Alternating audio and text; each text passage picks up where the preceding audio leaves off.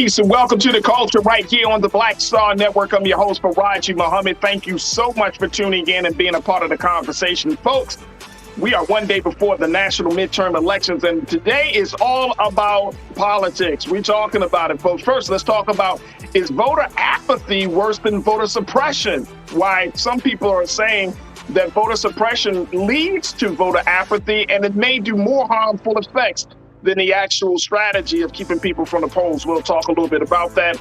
Also, I got to talk about what Elon Musk had to say as he has decided to go all Republican as he publicly addressed folks and saying that Republicans should take over Congress because there's a Democrat in the White House, bringing up the fact that shared power. He says shared power is good for the democracy. What's your take on this, folks? Is shared power good for democracy? We'll talk a little bit about that. And then later on, we check in with my brother, historian, scholar, and host of the African Heritage Network show, Michael Imhotep, to talk to us about some of the big issues that are driving mothers and driving community folks to the polls. And it's not about abortion. It's not about Roe v. Wade. It might be down to the economy and education. We have those conversations. So stay tuned. All of that and a whole lot more. So stay with us. That's happening on today's edition of The Culture right here on the Black Star Network. Let's go.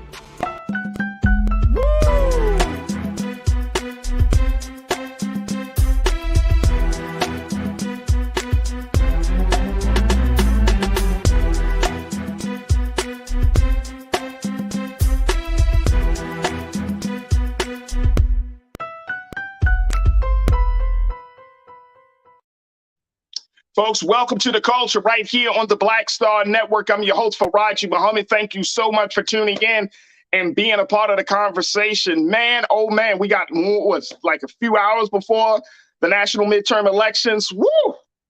And the energy is high. There's a lot that people are talking about around the country, saying that this might be one of the most consequential midterm elections that this country has ever had.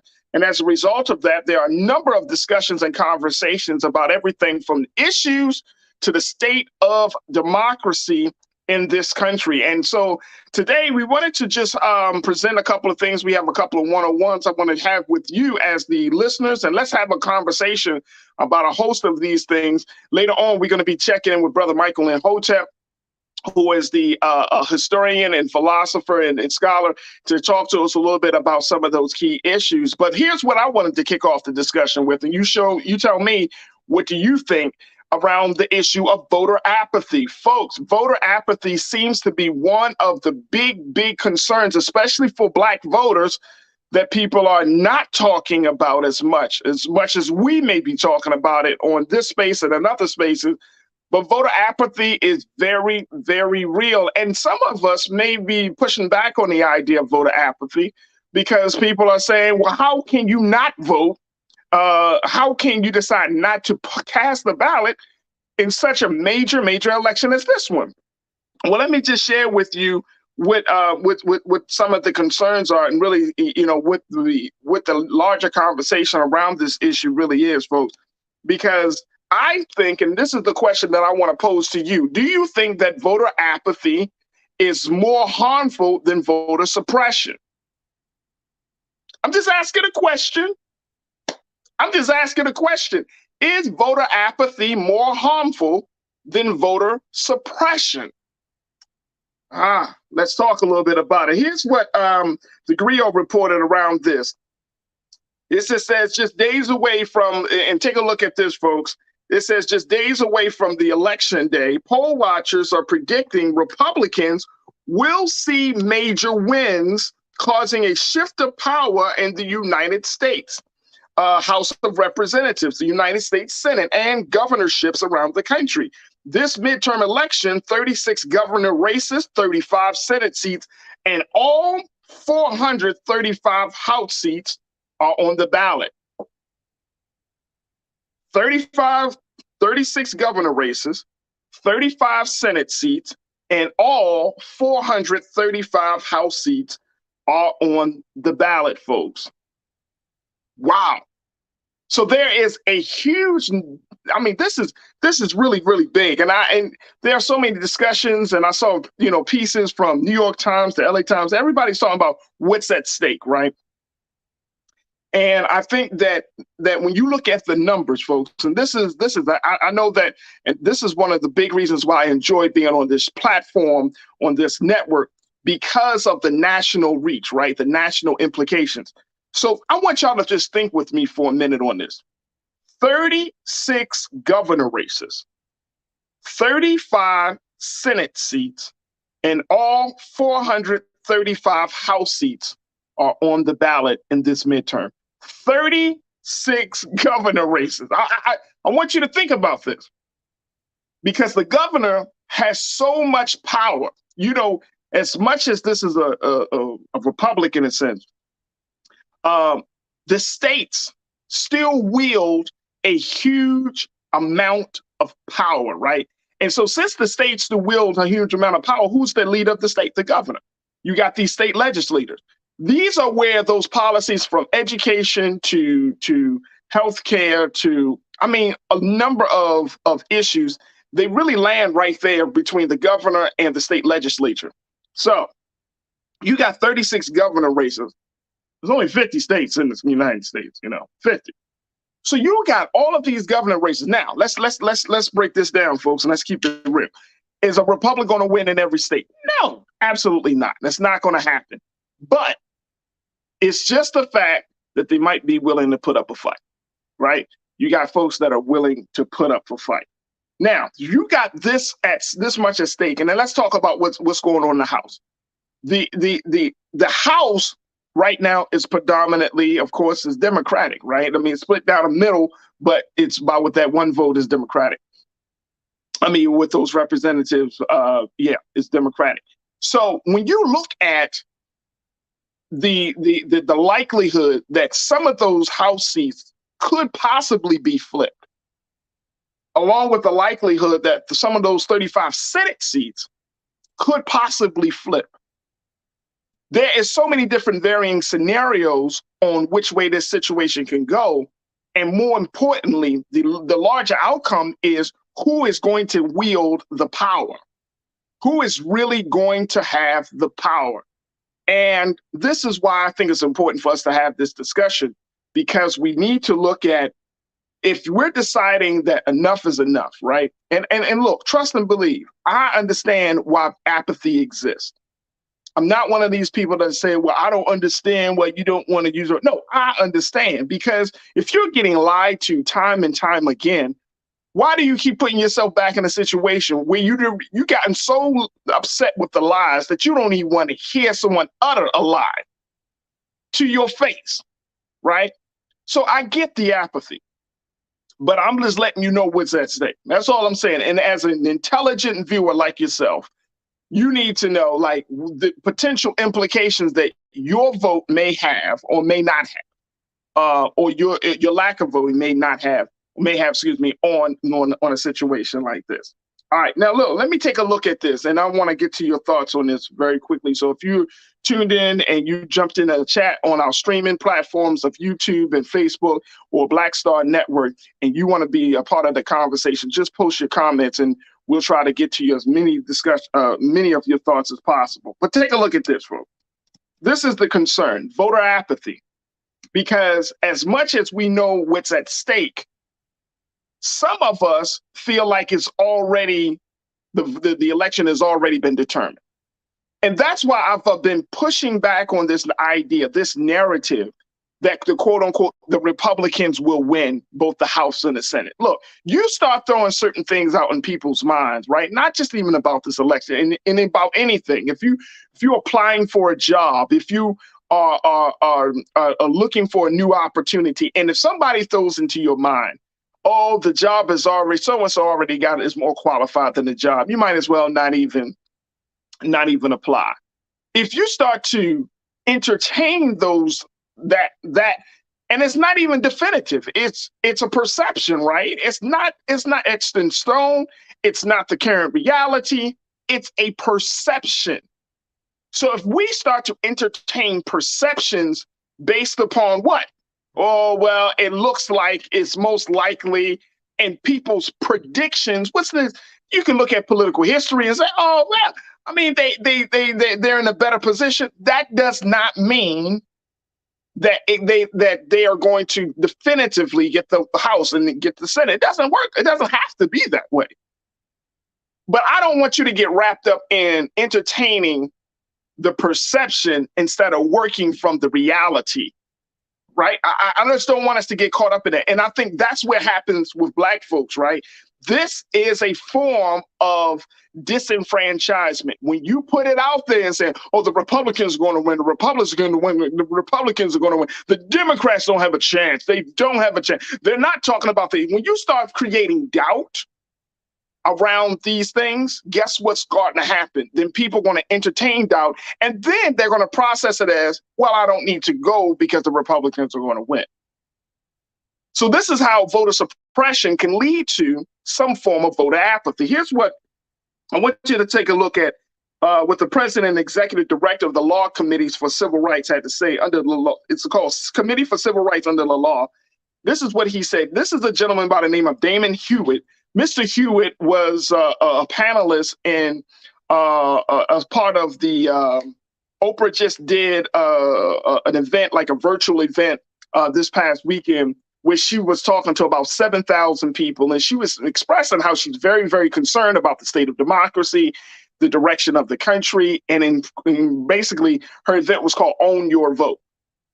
And Mr. Hewitt was a panelist, was one of the experts that she called on. This is what Mr. Hewitt said. Take a look at this. He said, put more bluntly, he said, as he said, when he told the Griot, and this was reported by April Ryan, but he said, put more bluntly, I hope and pray nobody gets hurt, and I hope people turn out and turn up with energy and excitement about being stakeholders in this important part of American democracy, talking about going to the polls. He said, voter apathy is a real concern in the American electoral system. During the 2020 general election, 62.8% of voting age people cast their ballot, according to a Pew Research Center poll. While turnout 2 years ago was a significant increase from decades prior, it still trails other developed nations around the world. Y'all hear me on this? We're trailing in terms of civic engagement. Our level of civic engagement trails other nations around the world. He said, quote, voter suppression isn't just about the hurdles they put in front of us. It's also about the collateral effect of those who get dispirited and don't try to get over the hurdle at all. The vote suppressors and election deniers sit back laughing. It's why we try so hard to normalize Black folks as stakeholders in this democracy. That's a lot. That's a lot to think about, folks. That is a lot, and I want to get you your thoughts on this. But I like the way Mr. Hewitt puts this. He puts this. The first thing is the health and well-being of a country is really based upon the level of engagement, the civic engagements of its citizens. How do you know if a country is governing well? How do you know if a country is treating its citizens well?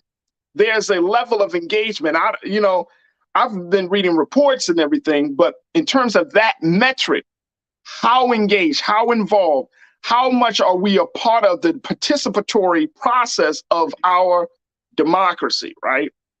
Like that level of engagement. And when he said that, it just struck a chord for me, because it shows that if you're not engaged in this, and here's what I want to just kind of throw out there, folks, and then we're going to take a quick pause because then we'll come back to this. But here's the thing. If we aren't engaged in this thing, right, the very least in this country, you can cast a ballot and then move on, and hopefully you get involved in doing some sort of community work, you volunteer, you do something. But the least in terms of the requirements from this democracy is for you to go out and vote. That's the least, right? So if we won't do the least, y'all know where I'm going with this, then how can we do the most? in terms of building an alternative political space, an alternative political reality. And I'm saying for Black folks in this country, we've done this. We've done this. And I'm just simply saying, like, we can't be like, well, I'm not going to do this, I'm not going to do that. Because the reality is building a new alternative takes more work. Y'all see the point that I'm getting to? So this is something that we have to look. And again, we're trailing according to other nations around the world in terms of that level of civic engagement and participatory politics. We're trailing, which means that the health of our democracy isn't as strong and isn't as good as it could be. I'm going to take a quick pause and we're going to jump right back into this. When we come back, I'm going to play something from former President Barack Obama around democracy and really looking at, because this is the situation. And you know what? I've been reading a number of articles, folks, about what's really important. Do you know that even though President Biden has been kind of like pounding the pavement, he's been pounding the gavel around protecting, preserving democracy, do you know that's still not the number one issue for voters, Black or nor white? They're not, most voters aren't concerned about that. And so that is eye-opening for me, because if we're not concerned about, most voters, you know, they're saying voters are more concerned about everything from the economy to the education piece, right? People are concerned in terms of the political polarization that's in this country, but it doesn't take precedent over economy. It doesn't take precedent over the inflation. It doesn't take precedent over jobs. It doesn't take precedent. There's a concern, right? But it doesn't take precedent. And so it just goes to show us that we are in a very, very unique space. Look, I want to take a quick pause. I want to hear from you. When I get back, we're going to play this piece around that former President Barack Obama. And then I want to continue this discussion around voter apathy. Is it worse than voter suppression? Because voter suppression is one thing, but when you become so apathetic that you feel like I can't, I shouldn't, it won't make a difference, it won't matter, my vote won't be counted. Folks, this is the state, this is the local and state elections. Yes, the congressional stuff is important, not taken away from that. But there are some real big things on the table for local and state elections that you need to know. You need to know. So we're going to take a quick pause. When we come back, Online Culture Crew, I got you, getting your comments and so much more. Stay with me. Just getting started here on The Culture right here on the Black Star Network.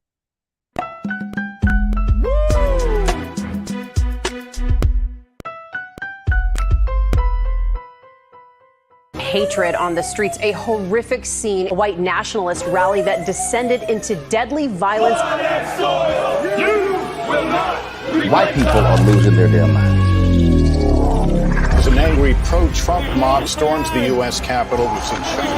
We're about to see the rise of what I call white minority resistance. We have seen white folks in this country who simply cannot tolerate Black folks voting. I think what we're seeing is the inevitable result of violent denial. This is part of American history. Every time that people of color have made progress, whether real or symbolic, there has been what Carol Anderson at Emory University calls white rage as a backlash. This is the rise of the Proud Boys and the Boogaloo Boys. America, there's going to be more of this. Here's all the Proud Boys, guys. This country is getting increasingly racist in its behaviors and its attitudes because of the fear of white people. The fear that they're taking our jobs, they're taking our resources, they're taking our women. This is white fear.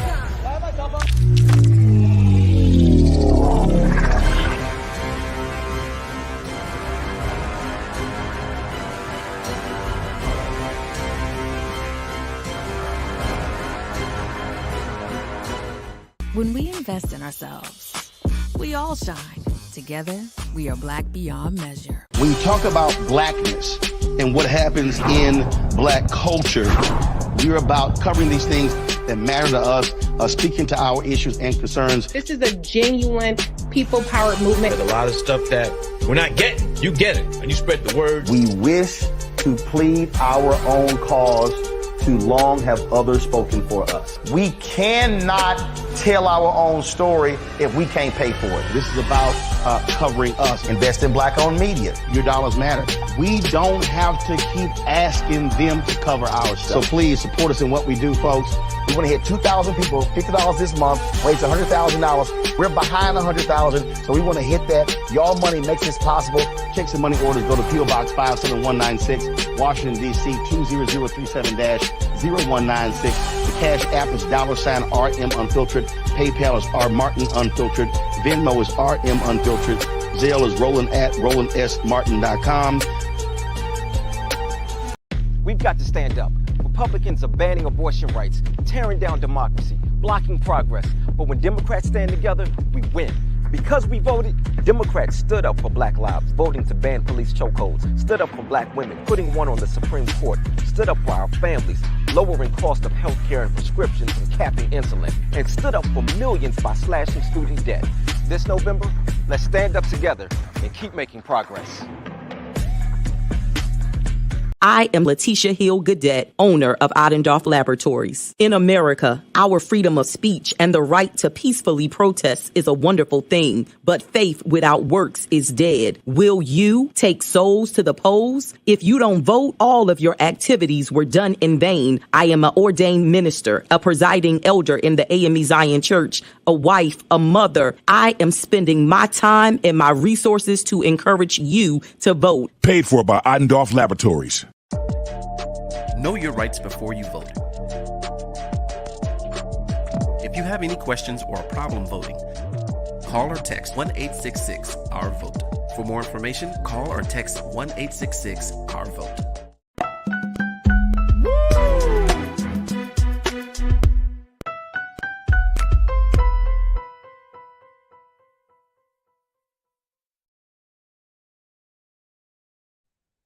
All right, folks, welcome back to the Culture here on the Black Star Network. Having a one-on-one today with you because it's pre-election day. So since it's pre-election day, why not just have a conversation with you as the online culture crew, as you viewers, and y'all can jump into the discussion. You know, we're gonna try to highlight as many of our comments as possible, but I wanted to just have this discussion around various elements of participating in democracy, right?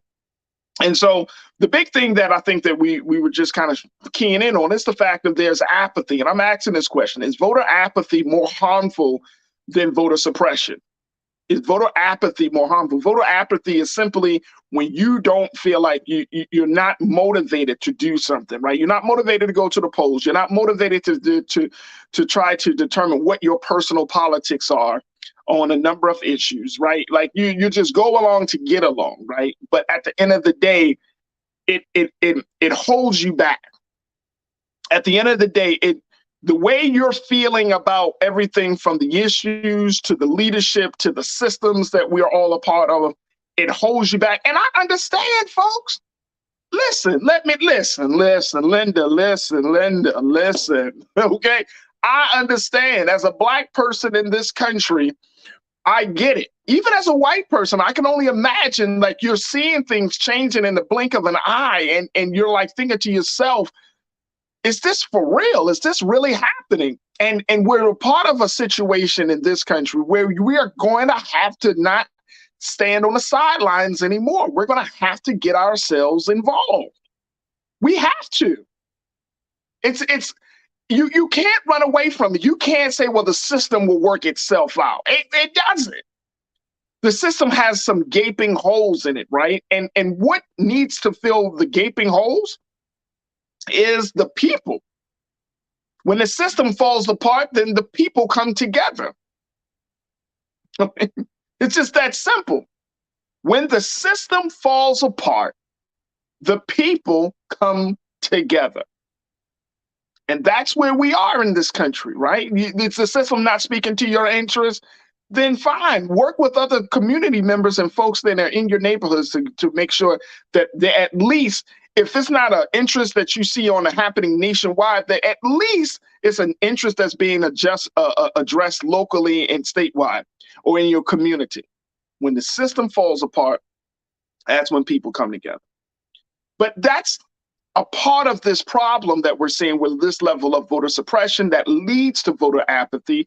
And that's why I had to pose this question, because Black folks in this country, Black voters, are very, very concerned that as much as we have been talking about this, everybody doesn't watch Black Star. Everybody doesn't love and watch The Culture, or Roland Martin Unfiltered, or Dr. Carr. They're not all tuned in. So Black folks are feeling apathetic. They're not excited, especially Black youth. We've talked about this. But we do have to ask ourselves the question, can we afford to sit on the sidelines and watch things go in the way they're going? Can we afford that? Can your children afford that? Do they have can they pay that price? Is their future worth paying that price of our inactivity? I'm just posing some questions. Let me play, Keenan and Ariel, let's play what President Obama had to say. He was in Arizona a couple of days ago, and talking to, getting people fired up, talking about, of course, what Democrats have done. But he also, of course, him being who he is, he also talks about the state of democracy. Take a look. Arizonans who are just regular folks, Republicans, ask yourself, that's the guy you want in charge of your elections? Somebody who was part of an insurrection and it thinks it's okay for armed people to stand to intimidate folks next to ballot boxes? That's how America's democracy is supposed to work?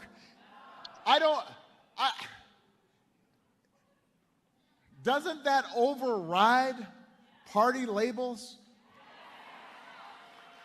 In Arizona, let's be honest with each other for a second. I know folks out there, including Republicans, may be thinking there's no way somebody like that's actually going to get elected. You may think that's too extreme for Arizona, but we've seen folks can win if we don't do our part. And if you've got election deniers serving as your governor, as your senator, as your secretary of state, as your attorney general, then democracy as we know it may not survive in Arizona. That's not an exaggeration. That is a fact.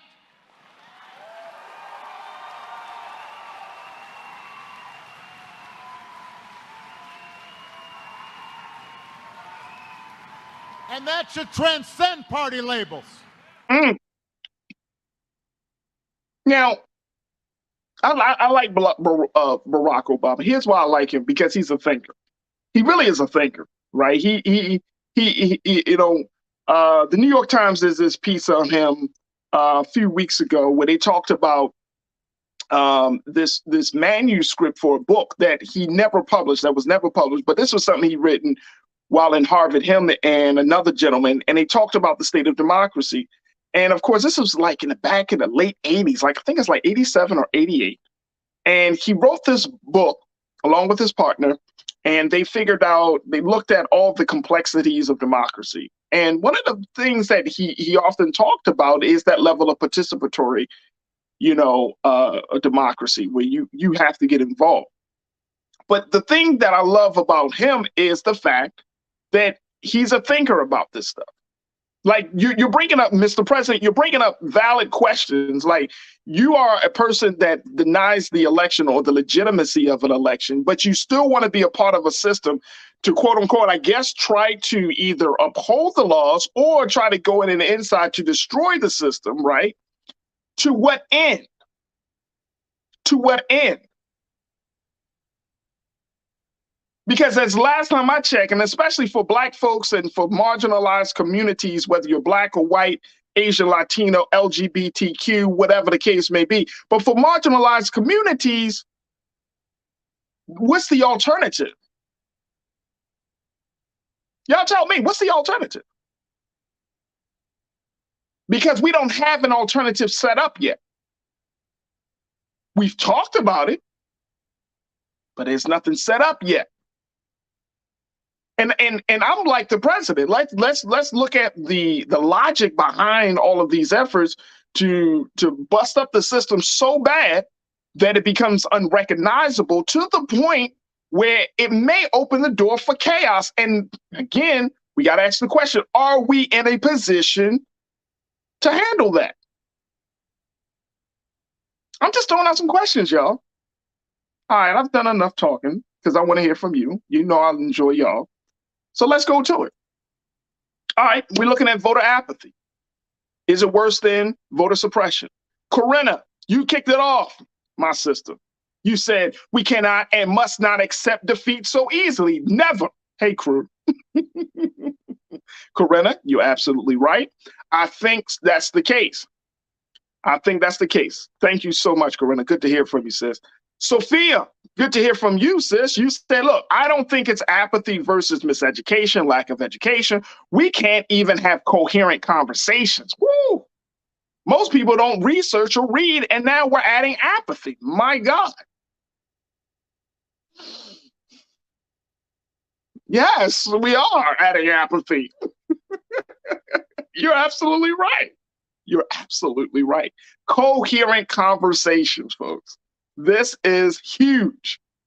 You can't even have, and I'm saying a coherent conversation is based or rooted in some facts. You can certainly give your opinions. You're not expected to have data, stats, and remember it all the time. But helping people to think clearly about their personal views and then what's going on with all of us, right? Coherent conversations. I agree. We get so upset with people for having a disagreement, with having a different view. And this is at the root of it, folks. At the root of it, this is problematic. Because guess what? There are differences in this country.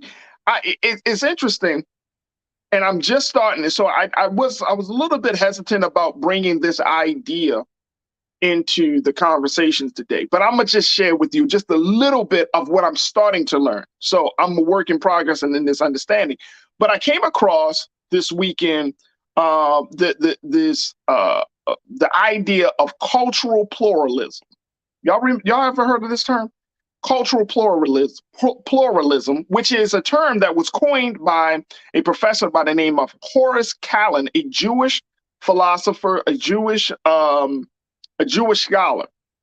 And he talked about, he had a great quote talking about that real democracy is being able to allow people to still hold on to their cultural expressions, their heritage, right? Without impeding, without asking people to completely give up who they are and their cultural identity, right?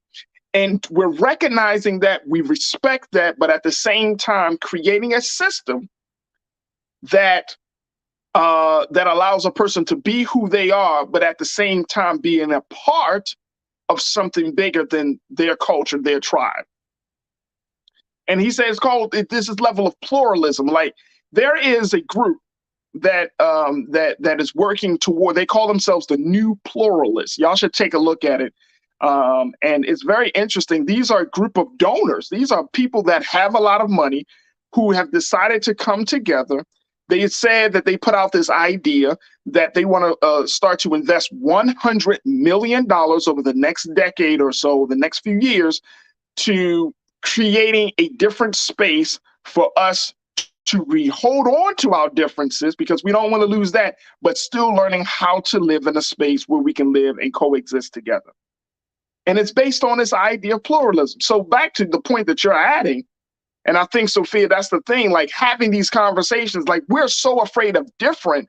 It's like we got to start from that point of saying, you know what, we're not, okay, we're going to be different, but that doesn't mean that we can't live in the same place. And I'm saying that same place as we can't exist in the same country, that we can't work together, that we can't build together. And one thing that Mr. Horace Kallen points out is that the ultimate goal of cultural pluralism is being in a union, is unity, right? This level of coming together in a certain boundary, right?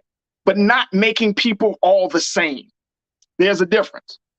So we can be united, but we don't have to be the same. And I hope, and again, I'm still learning about this because I thought this was pretty fascinating. So I'm throwing that into the mix because there has to be a different view of how we're seeing. Just throwing it out there. All right, let's take a look. Janae, you say, hola, Janae. Happy pre-election day. I love it. Thank you. Happy pre-election day. Apathy is real all over. People don't like their jobs, yet they continue to go. Just do it. Put a smile on it. We'll feel better. You're right. So if we're apathetic about everything else, then I get you, Janae. You're absolutely right. You are absolutely right. And I love it. And I think that if we're at that point, which I believe we are, we have to figure out, one of the things that just a little tool that I use, and I don't know if anybody else does this, but one of the tools that I use is that when I start to feel down or anything, I try to figure out, let me think, instead of thinking about the worst things can get, the worst part of a situation, let me figure out what is the best part of the situation. What is the silver lining, right, of this dark cloud? What's the silver lining that I need to learn? If we try to approach democracy and looking at the state of democracy and looking at where we are in this country, right? Like, what is the silver line? There's still some silver linings. This as much it is a moment of uncertainty, a moment that's scary, but it is in those moments that the greatest feats can be accomplished. Like, this is also a moment of opportunity. This is a moment of change. This is a moment where we can have some different conversations about who we are and what we believe in. This is a very, very good moment. This moment of uncertainty is a sign that something is falling apart and something is rising up in the same time. I'm not sure if I'm upset about that. Are you? I don't think we should be upset about that. All right. So I just want to throw that out there. Rashida, thank you for checking in. You say only the weak-minded will think it's over. I'm voting tomorrow with a focused mind. Right, folks. Rashida, I'm with you. I got my ballot, everything. I'm excited. I'm going to be casting that. I'm going to be mailing that ballot in. But you're right. I'm not thinking this thing is over. I don't care what the pundits say. And I know some of you might look at me as a pundit and be like, oh, hey, you don't have to listen to me. I'm just telling you, the game ain't over until it's over. Y'all know what I mean? Who said the Republicans got to win the House and the Senate? Who said that? Well, I'm just looking at the situation. Here's the thing that most pundits and the people in these they don't keep this in mind. And I see this time and time again. They make these vast predictions and prophecies. And the thing that they don't keep in mind is the sentiment of people. We're all human beings.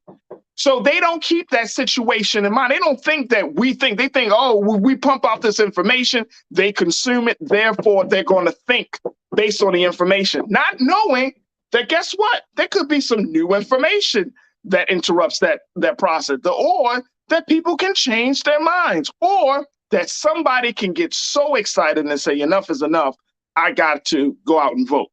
So I'm not accepting that either. Shalinda, you said some of the black folks that do the least complain the most too. Come on, how about that, sis? How about that?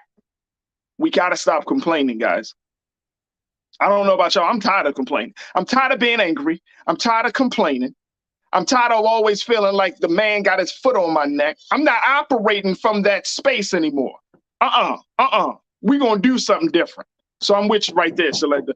Will, you said it's simple. It's simple. People just not going to invest where they don't feel a part of. Well, here's the thing, and I agree with you on that, Will. Here's the thing about this situation, though. If people understood that even if they don't invest, they're still a part of it. And guess what? Here's the kicker. They're still going to feel the effects of their non-investment.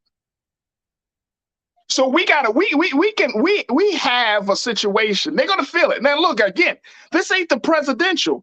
This is the state and local elections. This is state and local stuff, right, that we're seeing. So people are going to feel it, whether they feel like they're a part of the system or not. If you don't want to be a part of the system, essentially, you're going to have to be 6 feet under, because when you are alive, you are a part of the system. You might say, I ain't a part of the system. No, bro, you are a link in the chain. And that's just the reality of the situation. So here's my thing. I'm not talking to people about voting because of history and legacy. I'm talking about voting to people because guess what? If you work, if you live, if you play, if you are a part of if you live in any city, if you are guess what? Something can be changed to make your life a little bit better, right? And it's better for us to speak from that space. Because the people may not connect from the history space, but they could connect from, is your quality of life good? Or have you or a family member had a problem getting a job because why? The draconian laws won't allow you to get a job if you've been in prison. Have you or your family member had a good quality of life in spite of the fact that in certain neighborhoods, there's a food desert. There's a ton of issues. Well, thank you for bringing that up.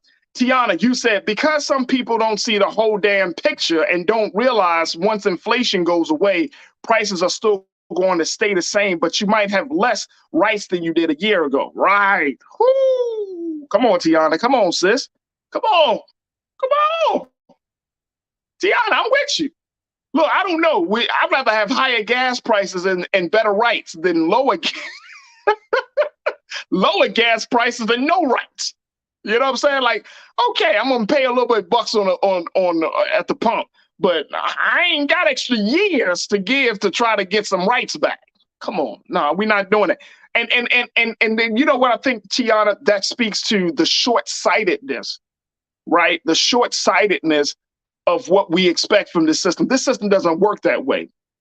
Look, we're fighting to keep voting rights, right? We're fighting to restore and to protect the Voting Rights Act after 50 years. So you mean to tell me that after 50 years, that something like that, which we all assume would continue to be protected, continue to be preserved, right, can be taken just like that. And now we're at a point that we're like, oh man, we need to do this, we need to do that.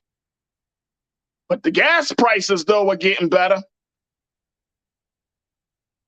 Okay. So a loaf of bread goes down $1. Gas prices go down 50 cents. But your humanity, how much is that worth? Okay. Thank you, Tiana. Victor, my guy, you checked in.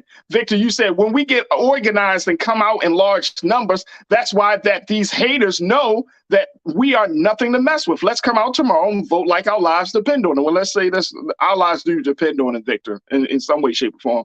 I'm not just using that just to talk. I'm serious. Like, the quality of our lives depend on it. I can't have election deniers standing in governor seats and secretary of state seats and mayor seats. I can't have election deniers standing in places where they're making decisions about the livelihood, my life, the livelihood of my children and my family, my wife. They're gonna make the decision based on their crazy ass view of what the system's trying to take it back. Boy, we're not going back to 1902, 1922. We ain't going back to that. I'm not doing that. I refuse to do it, Victor. Refuse to do it. Thank you for checking in, bro. Karen, you said it. Karen, good to hear from you, sis. You said not exercising the right to vote or being denied the right to vote will result in oppressive legislation affecting the Black and poor who will suffer the most. The severity needs to be emphasized. Come on, Karen.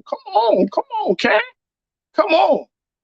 See, when we don't vote, we feel it, y'all. And I'm not trying to gas this thing up, man. Y'all, you know what I'm saying? Because I know that some of us have some very real grievances against this political participatory politics. I get it. Trust and believe I get it. I get it, right? But here's how I view it, and y'all can disagree or agree with me on this.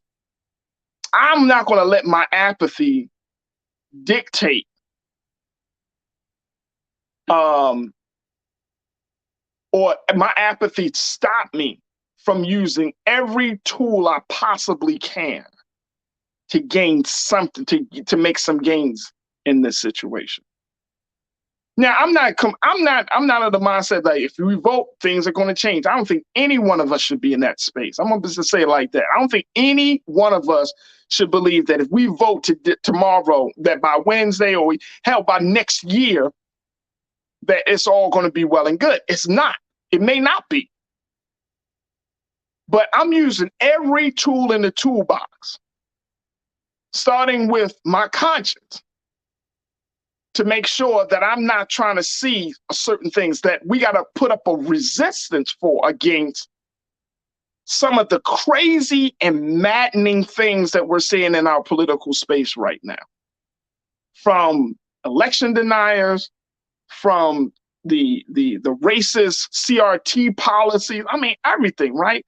Like, we got to put up some resistance to this stuff, man. Some resistance. So you make an excellent point. Thank you, Karen. Chris V, you said voter apathy is worse. My God. You're pretty much giving the green light that it's okay for people to come into office that could detrimentally affect your livelihood with policies and laws if you don't vote.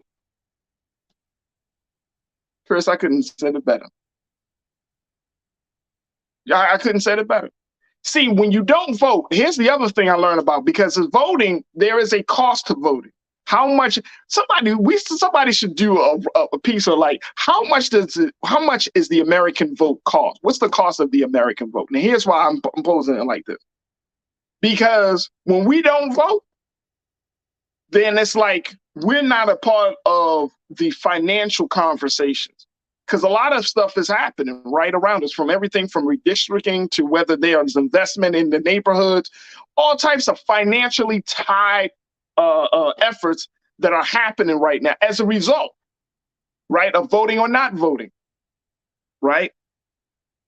So, like, for example, in the census, when they do the 10-year census, they count the people up in an area and all of those things, and then the lawmakers look at those numbers and say, okay, they do their thing, trying to figure out how to finagle, how to get certain boundaries and how to move districts and redraw the lines and gerrymander, and all of that stuff starts to happen, right?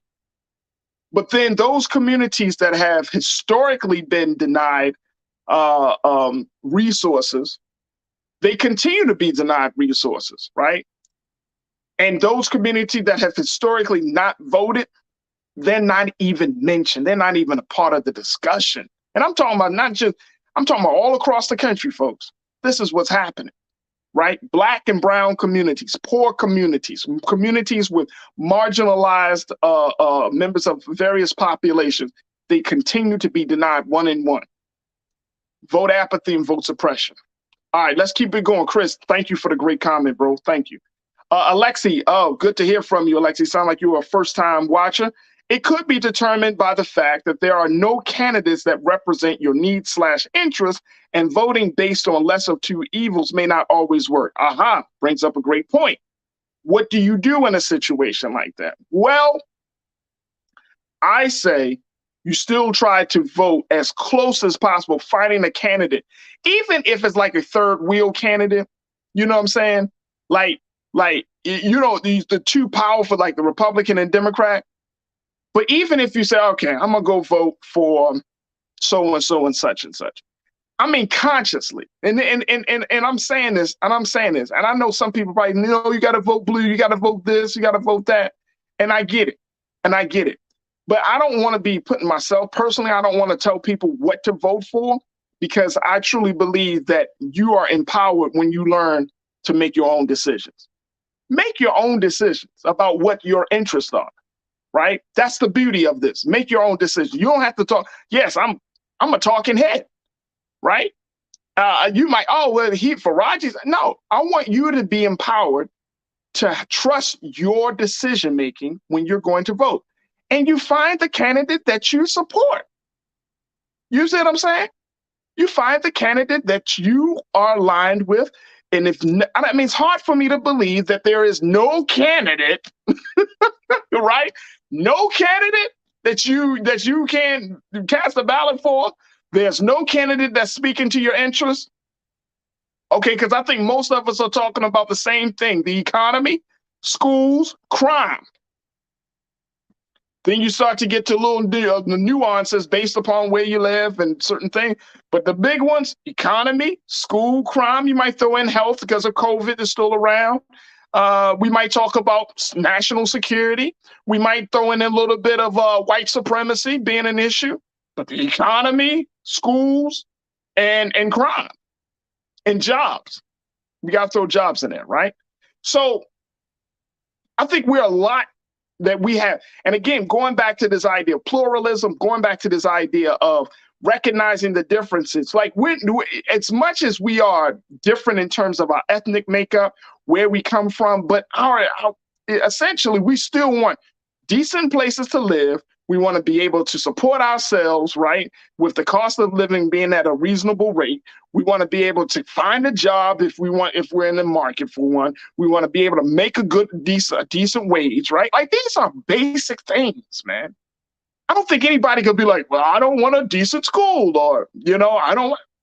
These are basic things. Sophia, you said there's no system without people. People need to get educated, and that's the problem we're having now. Little to no quality, informative education. People have been educated. We had a better look. I'm a baby of the 80s and 90s. We had probably a better education then than we had now, just because of all of this stuff now. People are educated. Here's what we're not as strong in: making our own decisions, making good judgment. You know what I'm saying? And I think this is why culturally, and I'm so happy, like with Professor Horace Collins, he's talking about cultural pluralism. Like, this level of the culture has dictated, it has either encouraged people to think, or it's encouraged people to be dumbed down. That's the culture. Our culture is like, oh, be this way, be that way. But if once you're educated, and I'm talking about seriously educated, once you're educated, education should open up your ability to be able to make your own decisions and see things for yourself.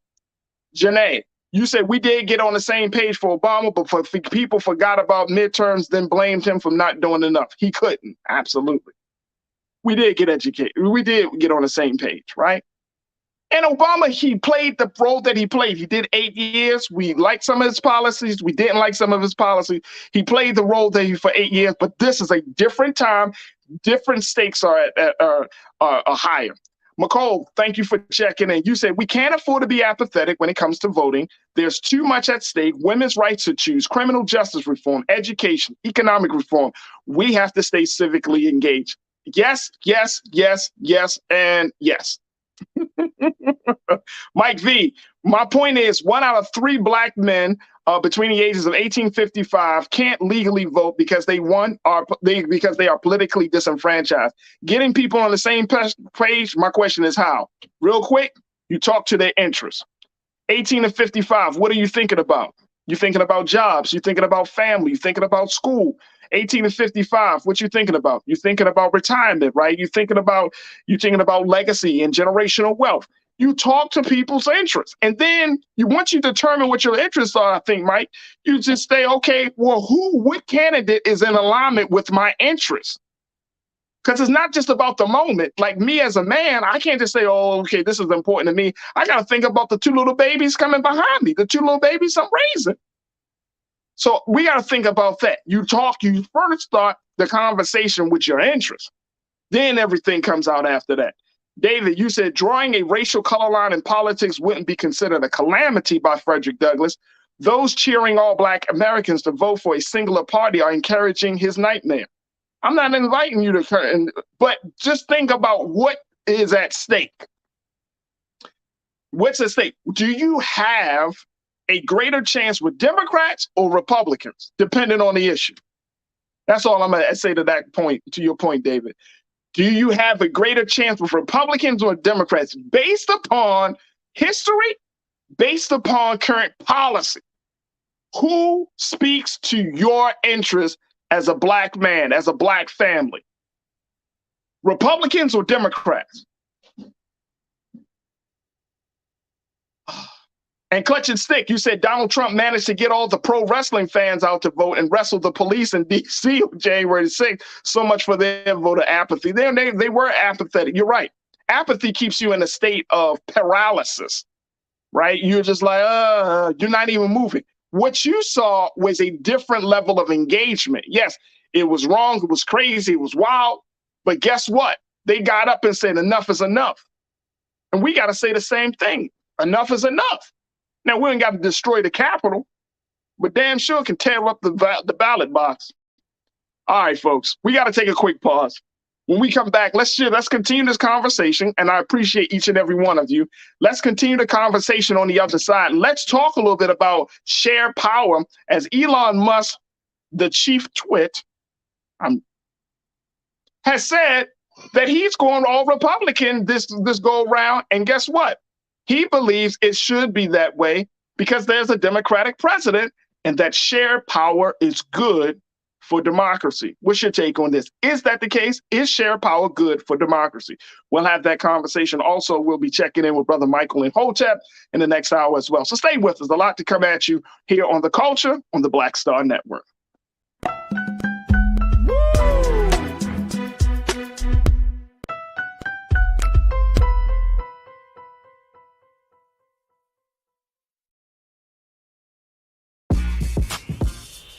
When we invest in ourselves, our glow, our vision, our vibe, we all shine.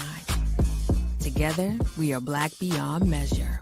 Pull up a chair, take your seat. The Black Tape with me, Dr. Greg Carr, here on the Black Star Network. Every week, we'll take a deeper dive into the world we're living in. Join the conversation only on the Black Star Network. I'm Deborah Owens, America's Wealth Coach, and my new show, Get Wealthy, focuses on the things that your financial advisor and bank isn't telling you, but you absolutely need to know. So watch Get Wealthy on the Black Star Network.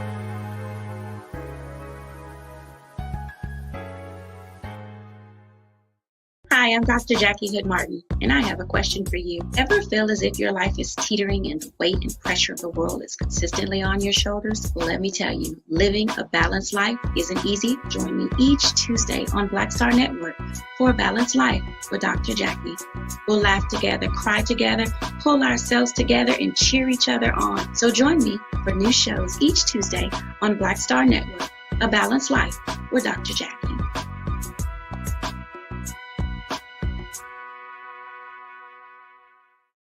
When we invest in ourselves, we all shine.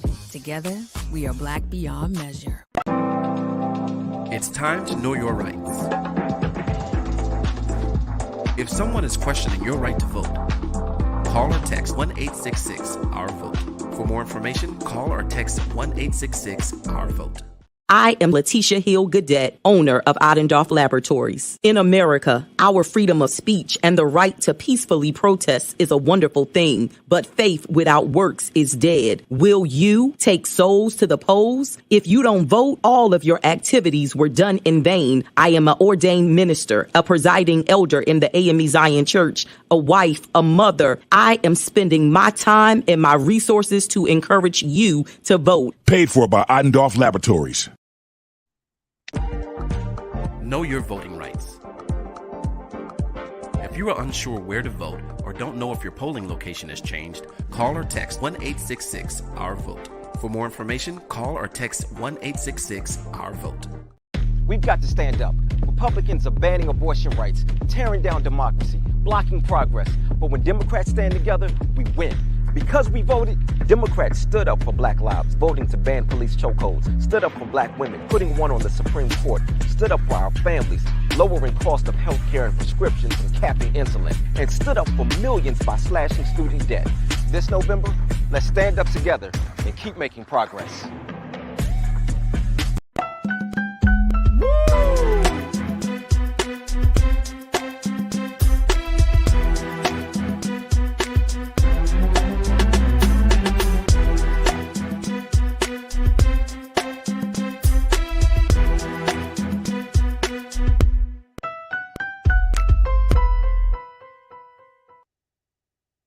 right, folks, welcome back to the culture here on the Black Star Network. I'm your host, Farajii Muhammad. Thank you so much for being a part of the conversation and joining us. Man, it is pre-election day, folks.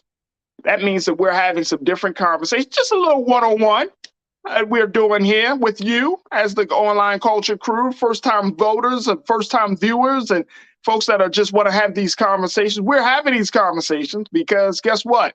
Out of all the things that are happening, you don't always need to hear from the talking heads, folks. You don't always need to have somebody try to tell you what you think you should know, what you think you should do. Look, I'm that guy who truly believes in empowering people to make their own judgment, especially when it comes to this issue of politics, right? Like, make your own judgment, because guess what? You know what your situation is. You know what works best for you in terms of for you and your family. And more importantly, you know what your conscience calls for. That's the place that we're in. Like as much as I may disagree with you, but guess what? I want you to be able to look at yourself in the morning and rest well at night to say, you know what? I did what I thought was the right thing to do. Because I can assume that I know what the right thing is for you, but the reality is that may not be the case. That may not be the reality. That may not be the situation. So I would rather empower you. And here's the other thing. Here's why I think this part of having these type of discussions are so important. Because if you don't make a decision, right? If you don't make a decision about which way you want to go, or you don't make a decision about a stance you want to take on an issue, right? If you don't make a decision, you really won't ever have full ownership, won't feel any sense of ownership about your future. In this country, we have a problem of allowing other people to dictate what's important to us, allowing other people to tell us what our future should be. And I'm tired of it. I want to push back on that. I want to push back on that narrative. We're grown-ass people. We're adults. We pay taxes. We go to work every day. Even if you don't work, you contribute in some way, shape, or form, right? But we're grown-ass people. I want you to feel empowered that when you go to the polls, or if you've already gone, that you know that I try to do the best thing that I can. I try to vote in the best way. I try to participate. Now, what's going to happen afterwards is we're going to have to figure it out. But I don't want us to get into this space like we can't trust our own judgment, we can't make our own decisions, and most importantly, that we can't take control of our own future. That's not cool. Not cool at all. All right, here's the other part of the discussion. So we talk about voter apathy and suppression. I wanted to have a discussion, and folks, you can certainly post your comments on our Facebook page or as we're streaming there on YouTube. We're streaming there. Go to Black Star Network. You can see what we're streaming. You can see the conversations there. And, I want you to think for yourself, folks. If nothing else that you get from today's conversation, think about yourself. Now, I'm not saying selfishly. I'm talking about thinking about what's good for you, what's good for your family. And that's it. That's it. That's all that matters. If it happens to be that your values align with my values, it's beautiful. Even if your values don't align with my values, it's beautiful, because at the end of the day, you still activated, you still engaged, you still participated in the process, right? And we just got to figure out a way that we can still live and coexist with one another in a common way. Does that make sense to everybody? I hope so. All right, let's talk about this other element. So Elon Musk, y'all know who Elon Musk is. Billionaire, Mr. SpaceX, Mr. Tesla. Elon Musk has gone on the record to say he's voting Republican. And as a result of him voting Republican, he said that he thinks that it's good for democracy. Let me take a look at this. This is coming from Fox News, folks. Take a look. That he made an announcement over the past months after he first announced plans. Take a look. I recommend voting for a Republican Congress. He said after he first announced plans to vote Republican earlier this year, he argued today that having a government split between two parties is ideal and noted President Biden's possession of the White House for Democrats before saying Congress should go to Republicans. He said, quote, take a look at this quote here, folks. Take a look. And Ariel, if we could post this quote. To independent-minded voters, shared power curbs the worst excesses of both parties. Therefore, I recommend voting for a Republican Congress, given that the presidency is Democratic.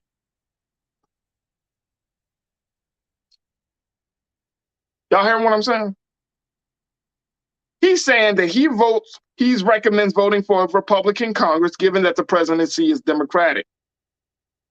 This is what he wrote on Twitter. Do you agree? And Ariel, let's just make sure we post put that question in the lower third. Do you agree? Do you agree? Is shared power good for democracy? I want you to just think about this before y'all respond. Let me know. Is Elon Musk going to one over the cuckoo's nest? Or, and I'm just pulling up some stuff here, folks. So, you know, we're in dialogue to get to today. So you say, well, what are you looking at? I'm looking at my laptop. But do you agree? Is shared power good for democracy? Thank you, Ariel. Is this good? Do you agree that maybe we should? Because I can't assume what's going on through Elon Musk's mind. I'm not even going to try to take a ride through that situation. I'm not even going to try to take a ride through that joint. But do you agree? It is absolutely essential. I get what he's saying, because I'm getting to a point where now this partisan bickering is so toxic. It's like having a bad person you're in a relationship with. It's just so toxic, right? Like, it's too much, bro. You're doing way too much. So toxic that it's like, where's the balance? We getting so much of this and so much of the left and so much of the right and all of this stuff. Where's the balance? Here's my only thing on this, folks, and y'all share your thoughts. With the last time we saw a Republican Congress and a Democratic president, if I'm not mistaken, was when President Obama was in office. And as a result of that, guess what happened? Nothing was done. I'm not going to say nothing. That's a broad generalization, right? So I'm not going to say nothing was done. It was hard for the president to speak to our concerns as Black folks, as oppressed folks, as marginalized folks in this country. It was hard for the president to come up with policy. Of course, we got the American Affordable Care Act, the Affordable Care Act, ACA, the quote unquote Obamacare. We got certain things, right? So that was good. But it was like rolling a boulder. It was like rolling a boulder uphill to the point where it just became a real problem down the road. So the point is like, do we accept that, or do we just say, okay, let's try to figure this out? It's the only way to get progress, to make any type of political gains. Is the only way to do that is when one party is in control of everything. And I think to Elon Musk's point, guess what? It might sound good on paper, but because of the parties being so toxic the way they are, right, at this current state, that if you had a Republican Congress and a Democratic president, that it's going to be a gridlock on policies and ideas and a whole lot of other things. What's your take on this, folks? What is your take? Post your comments as we have this conversation. Let me just hear this. Let me go this, and I want y'all to just see it. My man King Keenan, he said, "You're right. Nothing was done." It was hard, man. It was hard during that whole period, especially from 2012 to 2016. Right? Y'all remember, like, a lot of the police shooting. Like, there was really hard. Like, it was hard to just even having conversation around police shooting Black people. during the time when police shooting black people. Now now that was before Trump even got into office, right? It was hard to face the reality, face the facts of that situation, right? Even though there was some policy drafted, but nothing was passed, right? But can you imagine trying to have like coherent, and back to the, I think it was Yusufil, to imagine having coherent conversations with people who don't even agree, that can't agree on the legitimacy of the elections? Can you imagine having coherent conversations about, it's just, I saw a term like Trumplicans. Y'all heard that one yet? Like you got Democrats and then you got Trumplicans. Like what the hell is going on with the other party? Right? And like Democrats got their problems. I get it. But it's like this thing here is just morphing into something crazy. All right, let's go back. Let me hear what you got to say. Tiana, you said, I refuse to listen to a man who got finessed out of $44 billion. He needs to concentrate on Twitter, not sinking. Well, he didn't did he get finessed, Tiana? You say he got finessed out of $44 billion. He needs to concentrate. Look, the reason that they gave that they allowed the sale, I think part of it is the fact that he's so active. He has such a strong opinion about various things that it brings more to the platform. You know what I'm saying? Like he could say certain things. But here's the thing. I think that there might be some credence. And Tiana, I want you to just walk with me on this one, sis. There might be some credence to what he's saying, but this may not be the time for us to see that reality. Because you know why, folks? Just like my shirt say, no one cares. No one cares. And because no one cares, we're going to continue to see this gridlock in our political system. All right, let's go. Bobby Means. Bobby, good to hear from you. I think you might be first-time viewer. I'm sure you've been involved in the chat. You said the Republicans don't care about us nor the country, but you have these idiots who support them. It's sad. The only thing they want is power. Yeah, man. Look, here's the problem. And Keenan, I want you to cue this thing up. We're going to take another pause in a few moments. But well, actually, let's just play it now. Let's just play it now.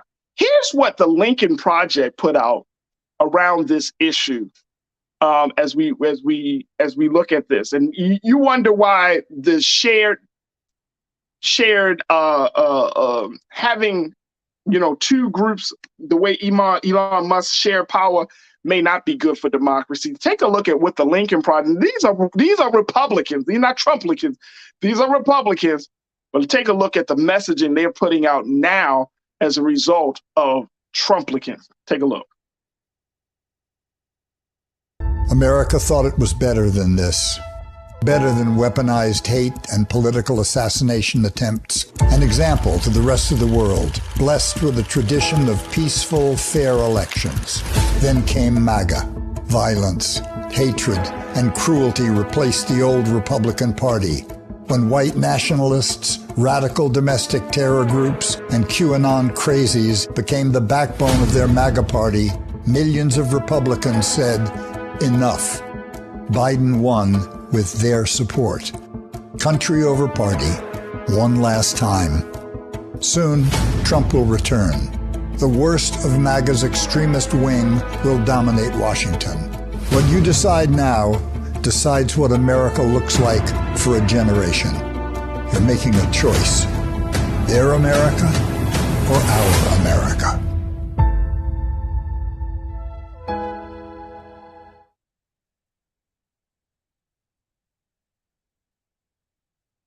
Damn. Their America or our America? See? They didn't tell you who to vote for. They just put out the facts. And then guess what? Called on you to use the best of intelligence to vote however you see fit. But you got to use the best of intelligence. I like it. But you got to ask yourself, what America do you want to live in? What America do you want to live in? There are a lot of other places that Black people can live, but y'all know how I feel about this. We built this country. So I'm not leaving it. We built it. So we got to figure out what America it is. If there's going to be shared power, there's got to be some cleansing. There's got to be something different, because the shared power won't go as well. Damon, you said this, brother. You said in an ideal split party system, yes. If it floats from one to the other, each side will get something. However, each party is toxic, and these divided administrations get nothing done. And nobody wants to go through 4 years of getting nothing done. Nobody wants to go through 4 years of political bickering and wrangling. Nobody wants to go through 4 years of gridlock. Nobody wants to do that. This country is dealing with some real shit. Let's keep it real. I'm sorry to say it in that term, but I want to keep it real. We're dealing with some real stuff right now. People are on the brink. If not, they have already fallen on the cliff. We are losing it in this country. So we don't have time. We don't have the liberty to play around. Again, if it was a shared situation, it would be one thing. But since it's not shared, it's something else. Nisa, 1971, my sister, good to check in. Good to hear from you. You said they allowed the sale because they saw dollar signs. Twitter has a rough valuation of about 1/5 of what he paid. And nah, Elon, you need to do better. Look, I hear him. Hey, look, I'm not mad, because guess what? You know what the number one, you know where, when it comes down to the economy and inflation, do you know where, based on recent polls, where Americans stand? They stand with Republicans, believing that Republicans are more fiscally responsible, meaning they know how to handle the money better. Well, I'm sure they do know how to handle the money better, because they do a lot of backdoor deals, just like Democrats. I mean, look, come on, that's not acting like this is some new stuff, man. But we always tend to believe that if you're conservative, that you know, and rich. And here's the thing, folks. Here's the thing. Some of you are really good with money. I know that. I know some of you have worked in wealth management, with your financial advisors, or even though you're really good with money. Let's just say this. Just because you're rich doesn't necessarily mean that you're better. You know what I'm saying? Just because you got a little bit more than some of us doesn't mean that you are better. You could be just as grimy and shady than someone that is not rich, that is not quite as wealthy. But some reason we have attached wealth with moral authority, and that's not true. We've attached wealth to good character. Not true. So, you know, if people want to say, oh, they know how to handle the money, they don't know how to handle the money that's for their interests. Do they know how to handle the money and being able to distribute the money, distribute resources, right, for other people? That's the real question. Yeah. Let's take let me take a couple of new thoughts on this. Conscious thought, my God, you said we are dealing with an evil Republicans that only seek subjugation and subservience. And if we know that, how do we deal with that conscious thought? See, Elon, I think, is trying to work from a space where we are all on the same page, or we're at least we're all. Elon, you know that we're not. Look at your platform. Look at the divisive language. Look at the terms. Look at how people interact and engage on your platform. You know that at this present moment, these political parties are they're really not in the best shape. We know that. We know that. So we can't act as if like something new is going to happen. It's going to take work, folks, for this country, for our country, to get to a place of sanity. It's going to take some work. The question is, are we willing to put in the work? Are we willing to do what we need to do to get to that place? Respect America. You checked in. I love the fact I'm seeing some new watchers. I appreciate y'all for that. Respect America. You said, is Biden the last Democrat president? Ooh. Respect America. You know, I remember there were questions about that when Trump got in office. I don't know if you heard those conversations. I remember there were questions about that when Obama got into office. And I've certainly heard that to be the case. Over these past 2 years, this has been one of the most tumultuous times in American history, just in the past 2 years. Do y'all know that? I was reading some a report today from the New York Times, and it was talking about this. Like, if you think about if everything with January 6th and just how things have gone, and it has accelerated, right? It's crazy, the level of partisan bickering, the level of partisan division it is in America just over the past 2 years. Now, it's been leading up to that. This is not in a vacuum. It wasn't like in 2016 we were all kumbaya and we were all on the same page. It's led up to it, but we're seeing more of it now.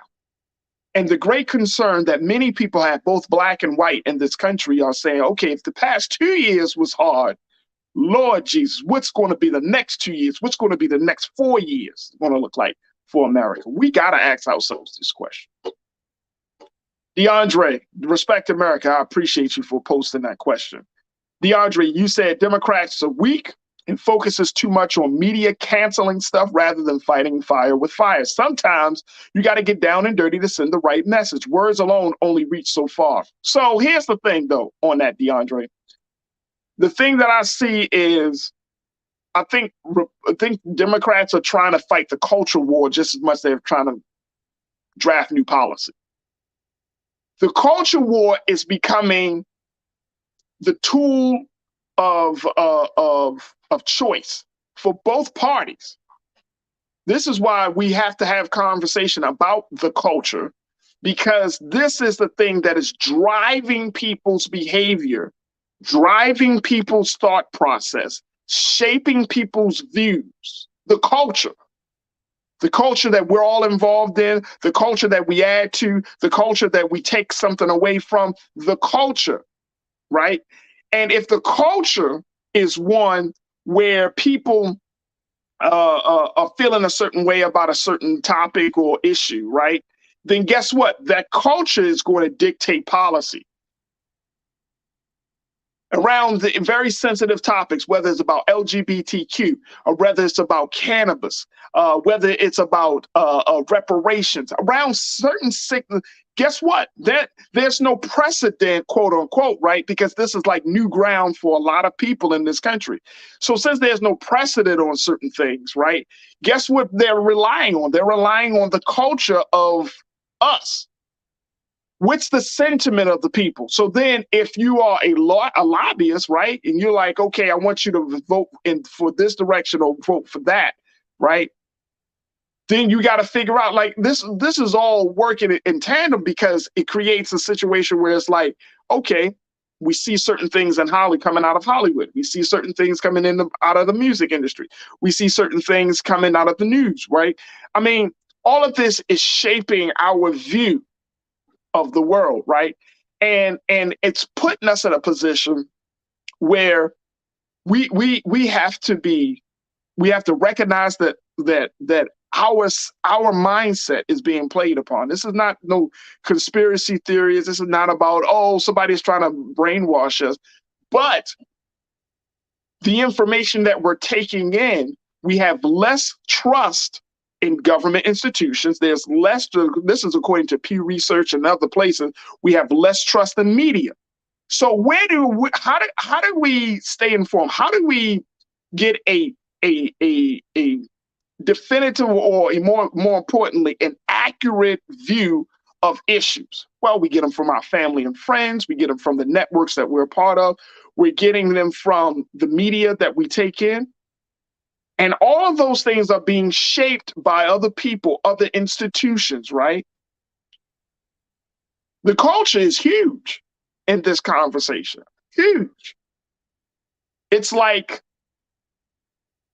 you know, the other leg of the discussion. You can have politics, you can have money, you can have good schools, but you can't forget the culture drives the sentiment around all of those things. That's how powerful our culture is. Take a couple more, then we're going to take another break. Willie, you checked in and said, when we really look at it in history and Republican control, we do worse than Democrat control. Republicans being good on economy is rhetoric.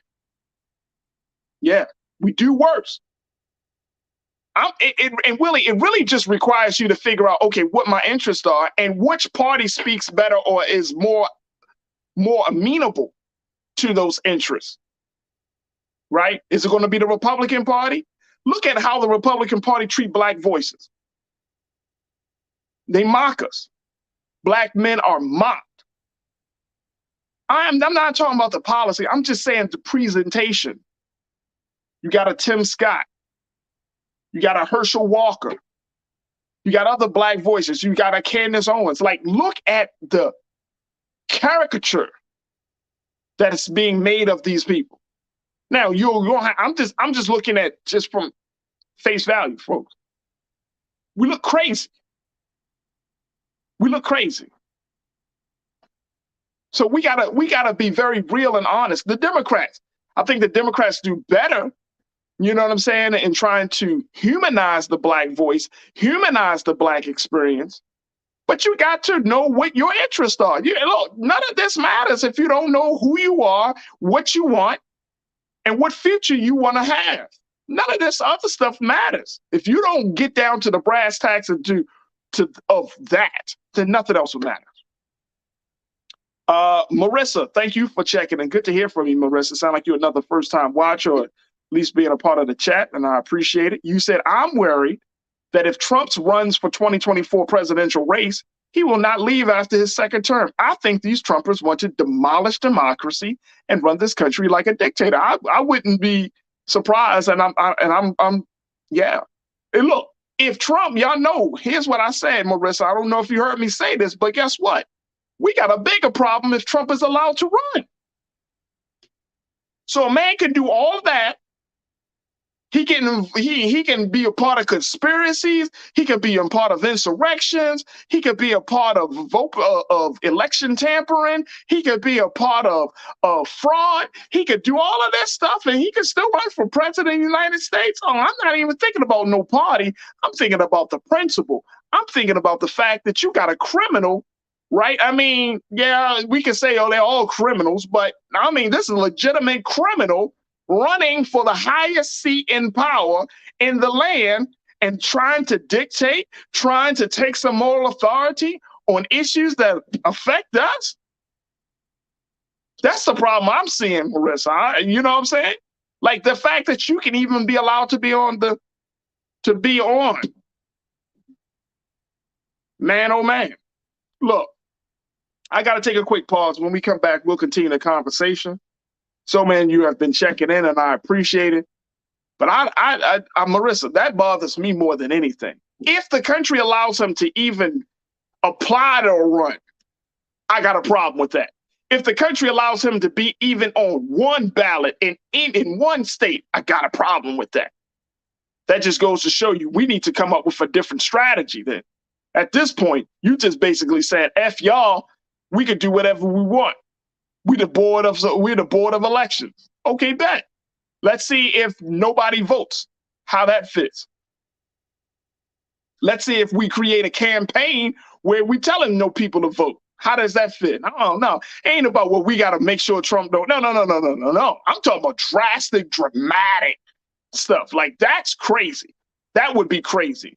And I know they're saying that he's expected to run or at least announce a run for 2024 by November the 14th. Folks, y'all really hear me?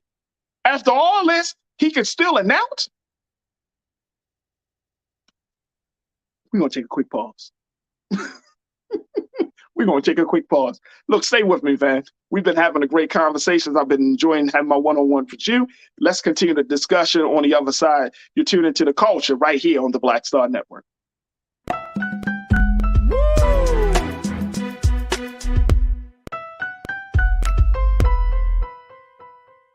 Pull up a chair, take your seat.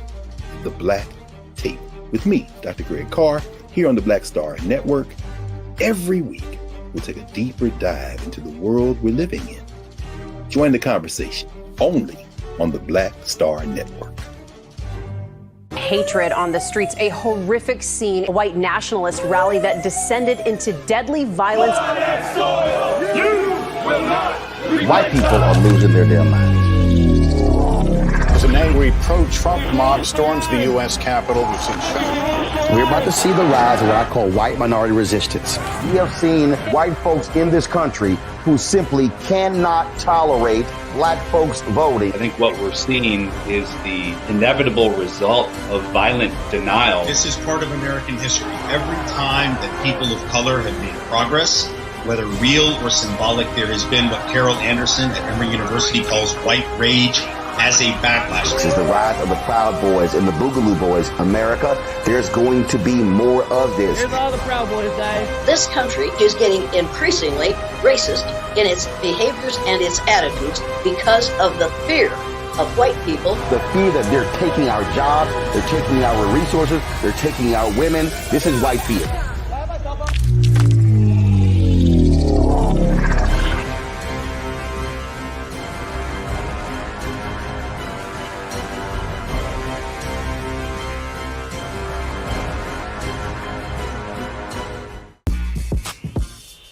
When we invest in ourselves, our glow, our vision, our vibe, we all shine. Together, we are black beyond measure. Know your voting rights. If you are unsure where to vote or don't know if your polling location has changed, call or text 1-866-OUR-VOTE. For more information, call or text 1-866-OUR-VOTE. Exercise your right to vote. If the lines are long or you're getting turned away, call or text 1-866-OUR-VOTE. For more information, call or text 1-866-OUR-VOTE.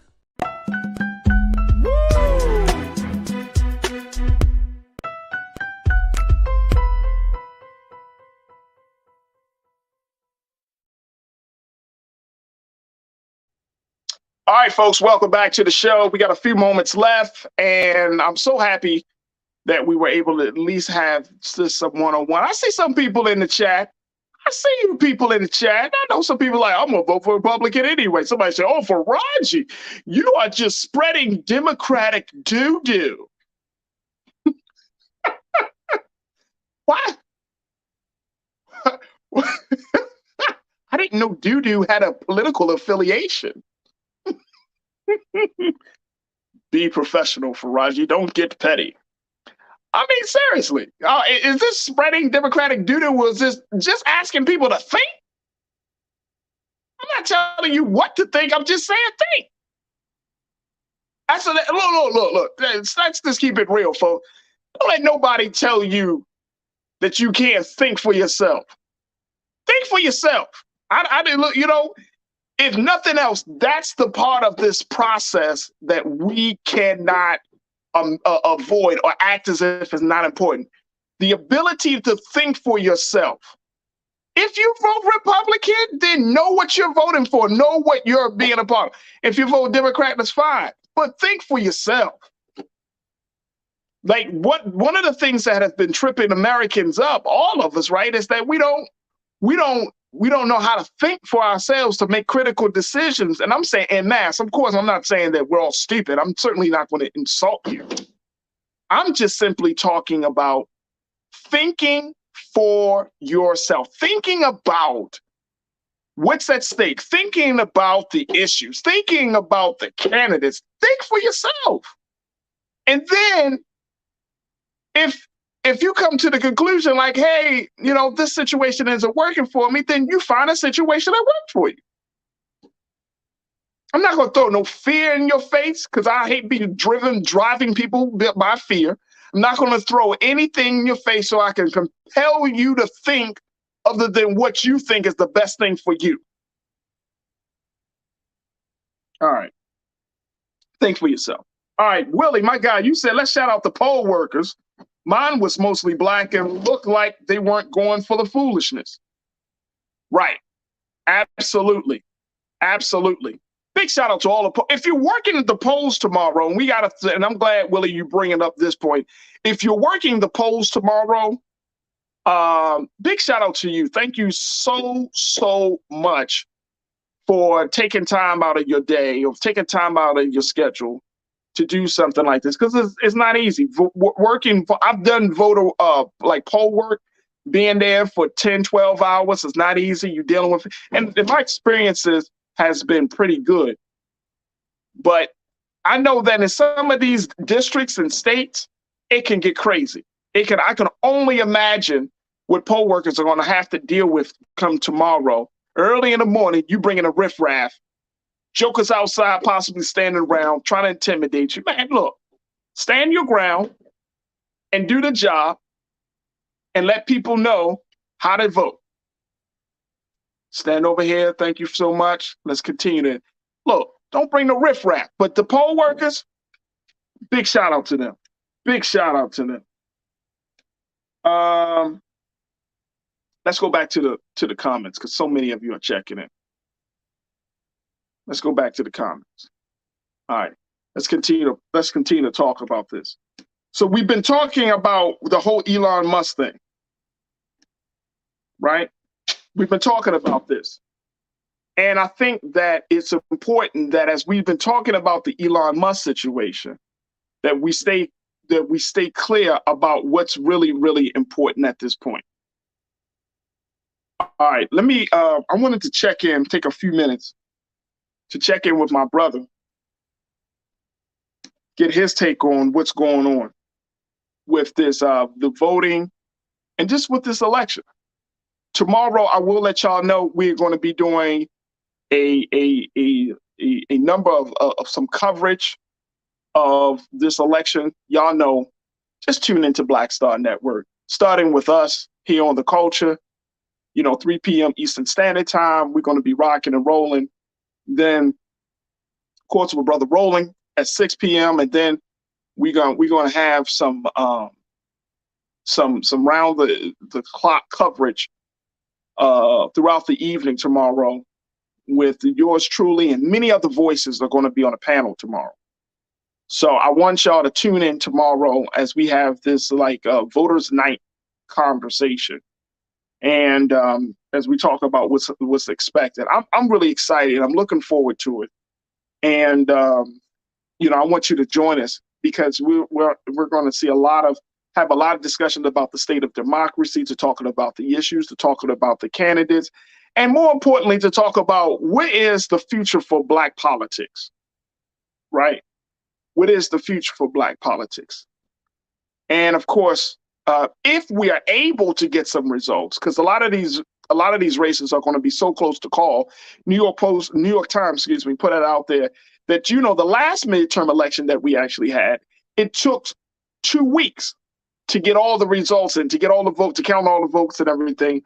It may take that much longer. It may take that long this go around. It may not. I don't know. We might see an explosion of new voters coming out for this midterm because of everything that's been happening. But tune in tomorrow, and definitely don't want to miss the coverage. All right, let me bring in my brother. He is a historian. He's a scholar, and I'm very, really happy that he's able to join us just for a few minutes as he serves as the host of the African Heritage Network show. The African History Network show. African History. I always get that wrong. Yes. How you doing, brother? I'm good, brother Mike. Well, I apologize. I always get that wrong. I'll be thinking of this history and heritage. So man. my apology. I'm late, man. I just finished voting early because I got to fly to DC tomorrow morning because I'll be on Roland Martin's 6-hour broadcast tomorrow. I'll be in studio, and I had to get a haircut also, man. But this is a crucial election. This is the first midterm election since an insurrection took place since the 1876 midterm election, the year after the Civil War ended. So much as that state democracy is on the ballot. You have at least 299 Republican candidates who are election deniers. They're going along with the big lie pushed by Donald Trump. And when we look at the House of Representatives, for instance, the Democrats must retain control of both the House and the Senate. I don't understand. I don't know if many people know this, but to be Speaker of the House of Representatives, you don't have to be a member of the House of Representatives, which means that if Republicans take back control of the House of Representatives, these coup plotters could literally vote for Donald Trump to be the Speaker of the House of Representatives, which is dangerous. This elevates. Wait a minute, hold on, brother Michael. Wait a minute. People don't understand I didn't even what think the hell about is that. going on. People, brother, I didn't even think about that. Yes, dude, this is serious. This is serious. Wait a minute. Hold on, bro, because I don't want nobody to just glaze past that. Donald Trump could become a speaker.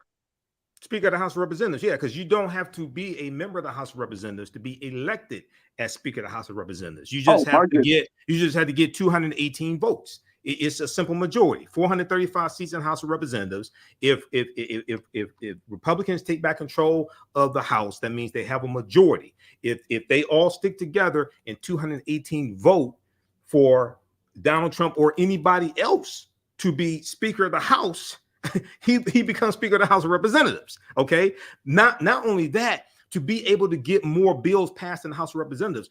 Most of the bills that we've gotten accomplished, everything from whether you talk about the Inflation Reduction Act, whether you talk about the $1.9 trillion American Rescue Plan, which saved the economy. Okay, Republicans keep talking about inflation, but they don't have policies that will help fight inflation, number one. Number two, most likely their policies will make matters worse. Now, this article right here from the New York Times, everybody needs to read this and check out. Hold on, let me see. Pull this one up here from, where are you? Right here.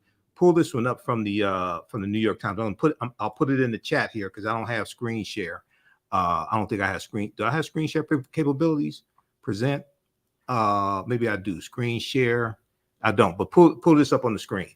This article here from the New York Times: Republicans denounce inflation, but few economists expect their plans to help.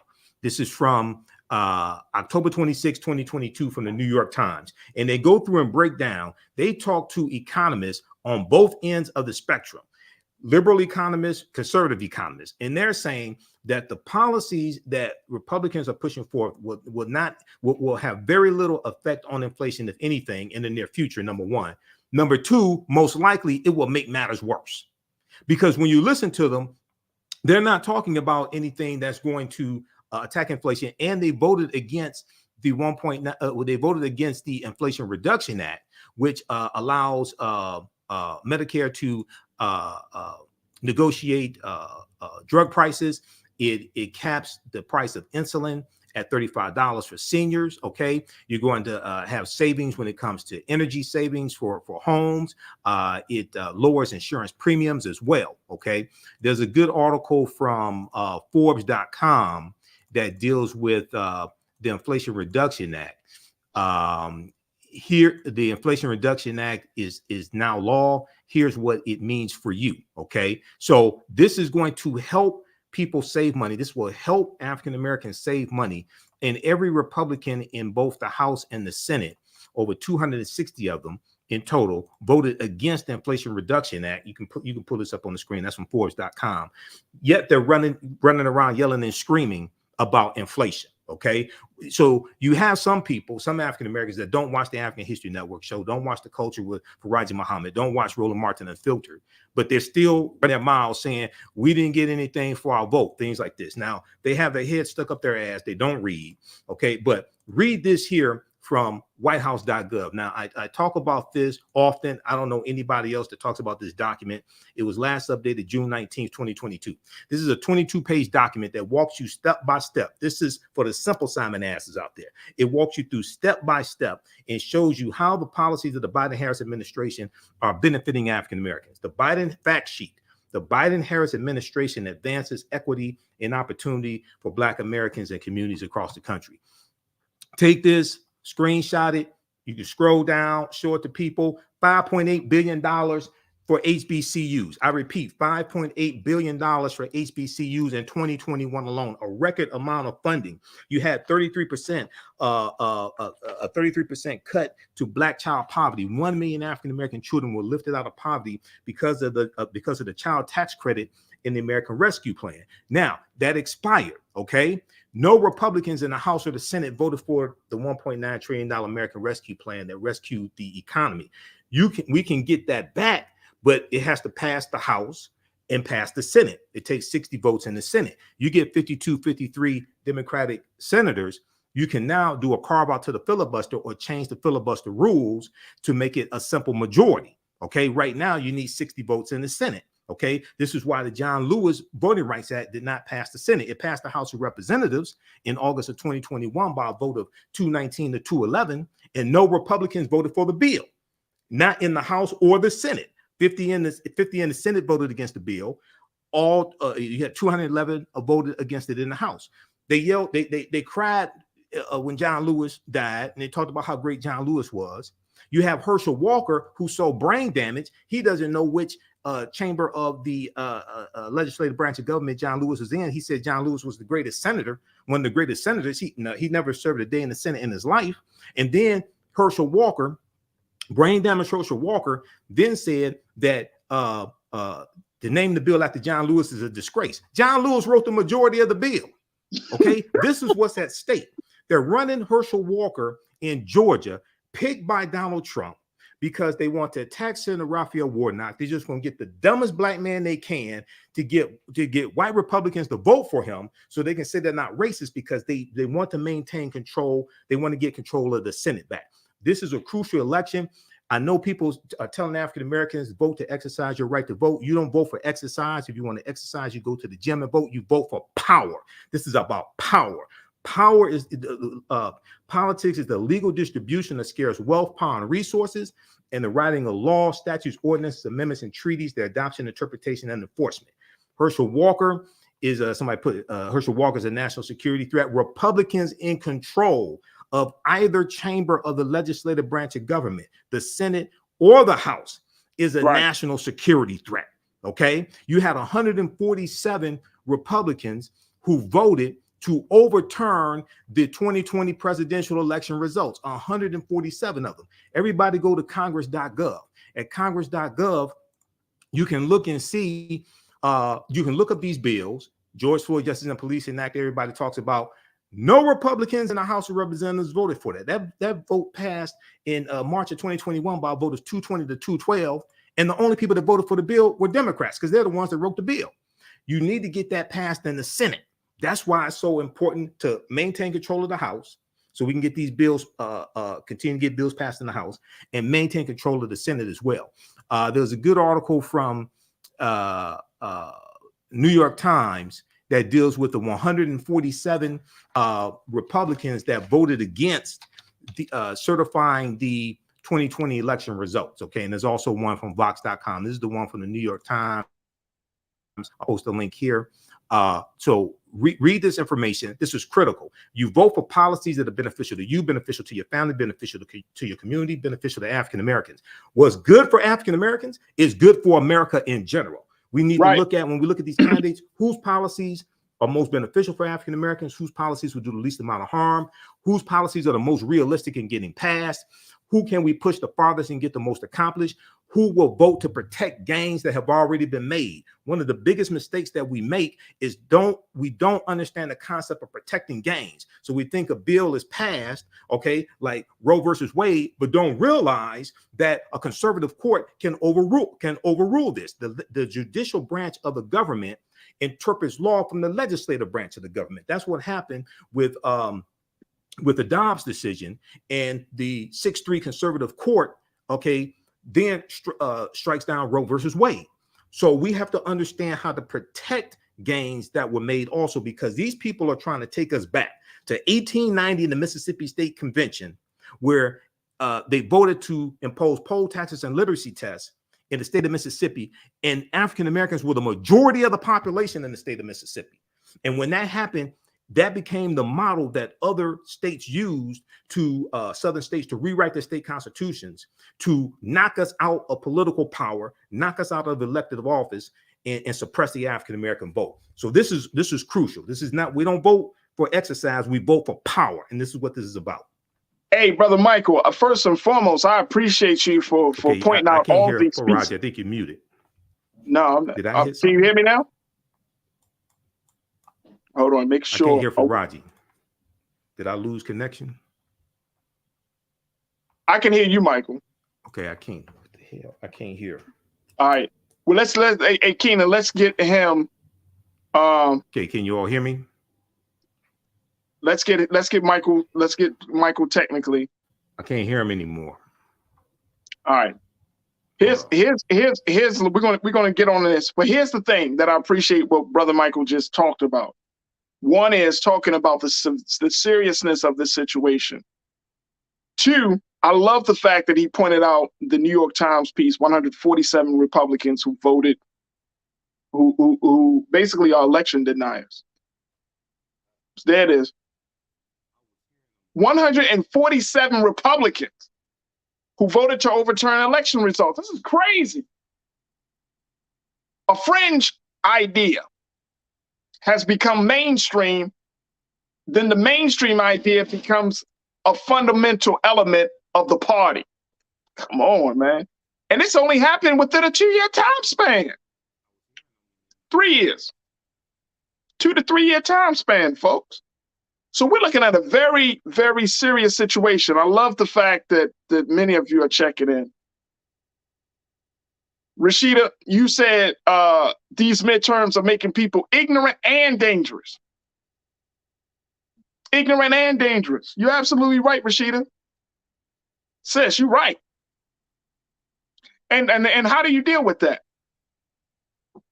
Because lies has that power, right? Lies can make you ignorant, and lies can make you dangerous as well. So what do you do to rebuke, to counteract that? You talk people, you speak truth to the people.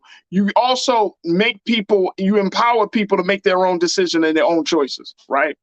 You help people to see what their interests are. You don't tell them what their interests are, but you help them to understand their own interests.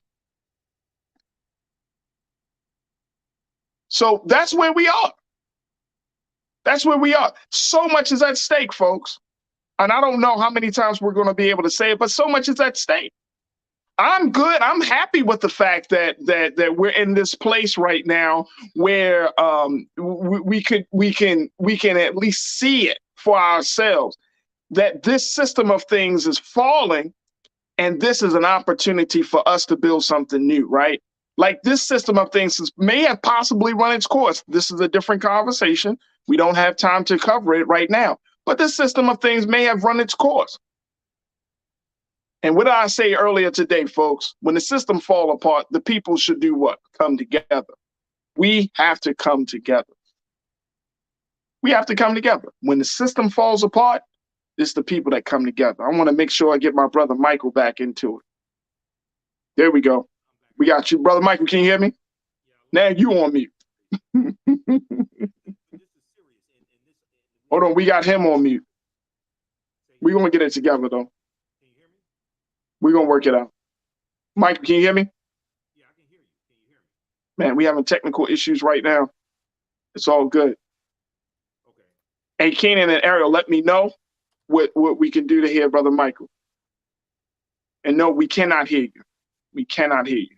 We're going to take a look. We're going to just. All right, we're going to bring him back in. Chris, you checked in. You said, I bet 90% of these election deniers behind closed doors say it's BS what they're doing. Of course. Of course. These are people that's been a part of the system for years. Okay, testing. There we go. We got our brother back.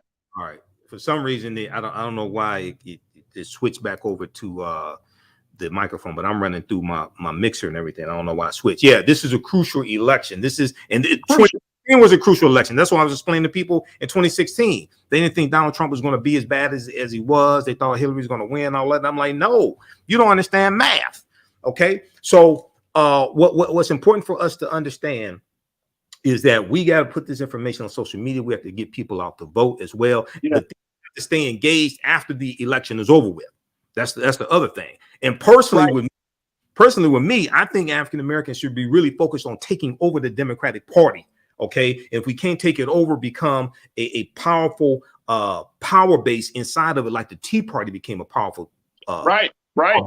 So that we can push agendas, we can shape the narrative, and also we have to get control of some of the money that is being used to finance candidates, and we also have to have an infrastructure where we can finance many of our own candidates as well that the DCCC does not want to finance also. So this can't be this is not business as usual. Okay, this is crucial. We're fighting for self-preservation, but on the other side of the election, this is an outright fight for power. Okay, and hey, brother Michael, yes. Brother Michael, when we have these conversations, right? And how do we put these conversations into perspective? Because I know there's some black folks out there that are still like, y'all are advocating for us to take part in the system of things. Shouldn't we let this thing fall apart? Should we not vote? What's your response to that? And most of those people that say they have no plan for when this system falls apart, they have no plan for when their Social Security checks stop coming. They have no plan for when whatever benefits they have stop coming. They have no plan for what happens when they go to the bank and the bank runs out of money. All that stuff that sounds good on social media. Okay, when we dealt with the lockdown, and things were shut down and people couldn't get services. People couldn't go, the grocery store didn't have food, all that stuff. All that sounds real good on social media when you know you about to get paid tomorrow, when you know you can go to the grocery store and buy some food. Okay. Facts. Yeah. And most of the people pushing that nonsense are trying to sell you something at the same time. So say that for somebody that ain't been there. I mean, it's just like people that say we need to separate, but they're still here, haven't gone anywhere. I've been hearing we need to separate for 30, 40 years. And most of the people that say they haven't been anywhere. So it's like, come on. Run that on somebody that don't know the hustle that you're running. Wow. And see, and here's the thing though, Brother Michael, because I mean, like you, and I agree with you. We don't have an alternative at this point, right? We don't have no backup plan. So we got to figure out, either we create the backup plan, we build something, but then we still got to deal with the here and now, right? Like we still got to deal with the present moment, right? You still got to deal with that. You still have to deal with this monetary system. You still got to deal with all this. A lot of people get caught up in escapism. That's why they turn to drugs. That's why they turn to alcohol. It's escapism. Okay. And one thing we have to one thing we have to understand is that throughout history, drugs and alcohol, things like this have been used to suppress a people's will to fight back. Okay, so we look at marijuana dispensaries in our communities. Yes, marijuana should be legal because it was made illegal in 1937, largely because of Harry J. Anslinger, who was the first chairman of the Federal Bureau of Narcotics, and he lied in his testimony to Congress, and he said that white women crave black men sexually when they're high on marijuana, and he was a virulent racist. And he led a campaign against marijuana. Yes, it should be legal, but that don't mean we should use it. Marijuana should be legal. Prohibition didn't work. Marijuana should be legal. I mean, alcohol should be legal, but that don't mean you should get drunk. Okay, so we have to understand the difference. But we have to ask the question. Okay, so why do we have liquor stores on every other corner in our community, and then we have marijuana, a proliferation of marijuana dispensaries, right? And then we have fast food restaurants on every other corner, keep us obese, drunk, and high. This reduces your ability to want to fight back. Okay, so we have to be much smarter than that. We have to understand history, politics, law, and economics, because they're all related. History, politics, law, and economics, and deal with things that are practical. Okay, so we have to support African-American owned businesses. We have to get involved in politics. We have to get involved in politics at the local level, the school board. Stephen K. Bannon, who was Trump's campaign manager during his 2016 campaign. Part of it, Stephen K. Bannon said that the road to political power in this country now is through the local school boards. And this is why you have right-wing organizations that have been radicalizing parents at these school boards and pushing conspiracy theories, getting them to push to ban books. It started out as protests against COVID-19 protocols and wearing masks, things like this. It's morphed into an attack on critical race theory. This is all being funded by dark money. It's all being funded by right-wing organizations promoted on Fox News. Okay. And we don't see this stuff coming. We don't understand how all these pieces are connected. All right. And they're using that to galvanize a lot of these right-wing Republicans, a lot of these white parents, to galvanize them to gain political power at the local level, and then take that power and go up. Okay. State level, federal level. We don't understand how all this is connected. Absolutely. Absolutely. Look, Brother Michael, we got a couple of moments left. And I'm looking at this, looking at some of the comments. And Carol, you brought it up. You said election fraud wasn't an issue prior to Trump, and neither was fake news. That's what's up. From day one, Trump was crying fake news. At this point, Brother Michael, you know, now that we are in this point where just Trump tainting the results of the election the way he did, we may never get back to that place of seeing the elections as legitimate. Is that a good assessment of where we are right now? That's part of the plan. Now we can get back to them by defeating Republicans. That's why you have to be able to identify threats and stop them. Okay, and that's why these Republicans have to be defeated. And these election deniers have to, that's why they have to be defeated as well. And also, this is why more of us have to get really involved when it comes to working the polls. When I voted today, you know, it was mainly African Americans in there who were working. They did a fantastic job here in the city of Detroit. They did a fantastic job. They were courteous, things like this. But they're professional. But what's happened is because of threats, because of the right wing intimidating people, we've had a lot of veterans, a lot of people who are veteran poll workers who have stopped, not just here in Detroit, but I'm talking about nationwide. They've stopped because they said it's not worth it, things like this. We have to understand that they are trying to suppress our vote, and we have to fight against this. Very quickly, if you look at the state of Florida, right, and Florida's Amendment 4, which was to restore voting rights to felons, right? 1868, the Florida State Constitution of 1868 imposed felony disenfranchisement. They did this, they said, to prevent a Negro legislature because black people made up 48% of the population of Florida in 1868, 3 years after the Civil War ended, because that's a legacy of slavery. They were trying to lock us out of gaining political power. So they not only instituted felony disenfranchisement, which means if you're convicted of a felony, you lose your right to vote. But they also expanded the number of crimes that were classified as a felony as well to target us and lock us out of political power. That goes back to 1868 in Florida. Wow. Visit my website, theafricanhistorynetwork.com, theafricanhistorynetwork.com. Be sure to register for my online classes. I'm teaching one today, 6 p.m. and then Thursday, 7 p.m. As well. Ancient Kemet, the Moors, and the Ma'afa, understanding the transatlantic slave trade, what it didn't teach you in school, and from the Civil War to the Civil Rights Movement and Black Power, 1865 to 1968. Yeah, scroll down, keep going. That's information about my radio show, the African History Network show. That's PayPal and Cash App. Keep going. Keep going. Okay, so we got the information for the classes here. Yep, keep going. And it's going to be at least 10 weeks instead of 8 weeks. Okay, so we got the classes there on sale, $80 each. And this one right here, keep going. That's Understanding Transatlantic Slave Trade, Ancient Kemet, the Moors, and the Ma'afa. And this one right here, From the Civil War to the Civil Rights Movement and Black Power. That's the one. So I'm teaching another session of that today. You can register for those. We do the sessions online. We do the sessions live. They're archived and recorded, so you can go back and watch them anytime as well. Even after the course is over with, you can watch the entire class. And also, Brother Michael, you're going to be on with us tomorrow as we have our voting coverage, our election day coverage. Yeah, I'll be in studio. Yep. There it is, folks. That's it right there, folks. Black votes matter. Election night 2022. Kicks off tomorrow at 7 p.m. Eastern Standard, all the way to 1 a.m. Yep. I'm going to be on there. I'm going to be on there for like the first hour, but then I'm going to be moving around the city of LA to see what's going on with the with voting and everything. Because we, of course, got a big election here with the mayor, in the mayor's race with Karen Bass and Rick Caruso. So it's a lot of stuff that's happened. Exactly. A lot of stuff. And Republicans are lying about crime.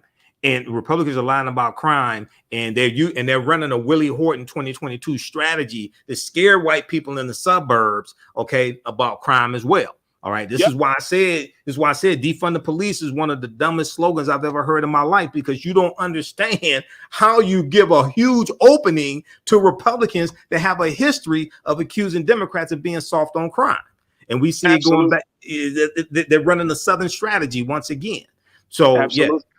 This was crucial. Brother Michael Imhotep of the African History Network. Folks, make sure y'all tune in to what Brother Michael is saying. Make sure y'all tune in to just follow him on social media, join his online classes, and all of that he's doing. And more importantly, tune in tomorrow as we have our Election Day coverage, Black Votes Matter, here on the Black Star Network. My brother. All right, man. I want you on Mondays, Brother Michael. Can we make that happen? We can do Monday. Next Monday. I know we could definitely do, and I'll check and see. We could do each Monday. So that would be good, man. But we do next Monday. We can definitely do next Monday. Next Monday. All right, cool. We definitely we're gonna need to deconstruct, as Roland does, what just happened this week. You have to deconstruct, and you have to understand history. You have to understand history and politics to be able to do this, and law. Okay, this is why when I hear people say we want race, we only want policies for Black people. Okay, obviously you never read the 1964 Civil Rights Act, Section 601, Title 6, non-discrimination and federally assisted programs. It's illegal to have race-based programs at the federal level. It's illegal to have programs for only one race of people, but you can have programs like the executive order that Biden did for student loan forgiveness that disproportionately helps African Americans. Because when he added the forgiveness, if you got a Pell Grant, well, 72% of African Americans who go to college use Pell Grants. Okay, so what he did is going to move 500,000 African American families from a negative net worth to a positive net worth. It's going to wipe out the remaining student loan debt for a little more than 25% of African Americans with student loan debt. That's something powerful that he did with an executive order, but you have Republicans who are filing lawsuits to block the student loan forgiveness. Right. You have 5 Republicans in the Senate who drafted a bill. They want to strip Biden of the ability to give student loan forgiveness, and they don't want student loan forgiveness. So we have to understand whose policies are most beneficial for us. Okay. This is nobody's perfect. Do not compare Democrats to perfection. Don't compare them to the almighty. Compare them to the alternative, because the alternative are Republicans and their policies. I love it. Absolutely. Brother Michael Imhotep, always good to hear from you, God. And I appreciate you. Thank you, brother. Thanks for having me. God willing. All right, everybody. Peace. All right, folks. Go vote. Sir, peace. Yeah, absolutely.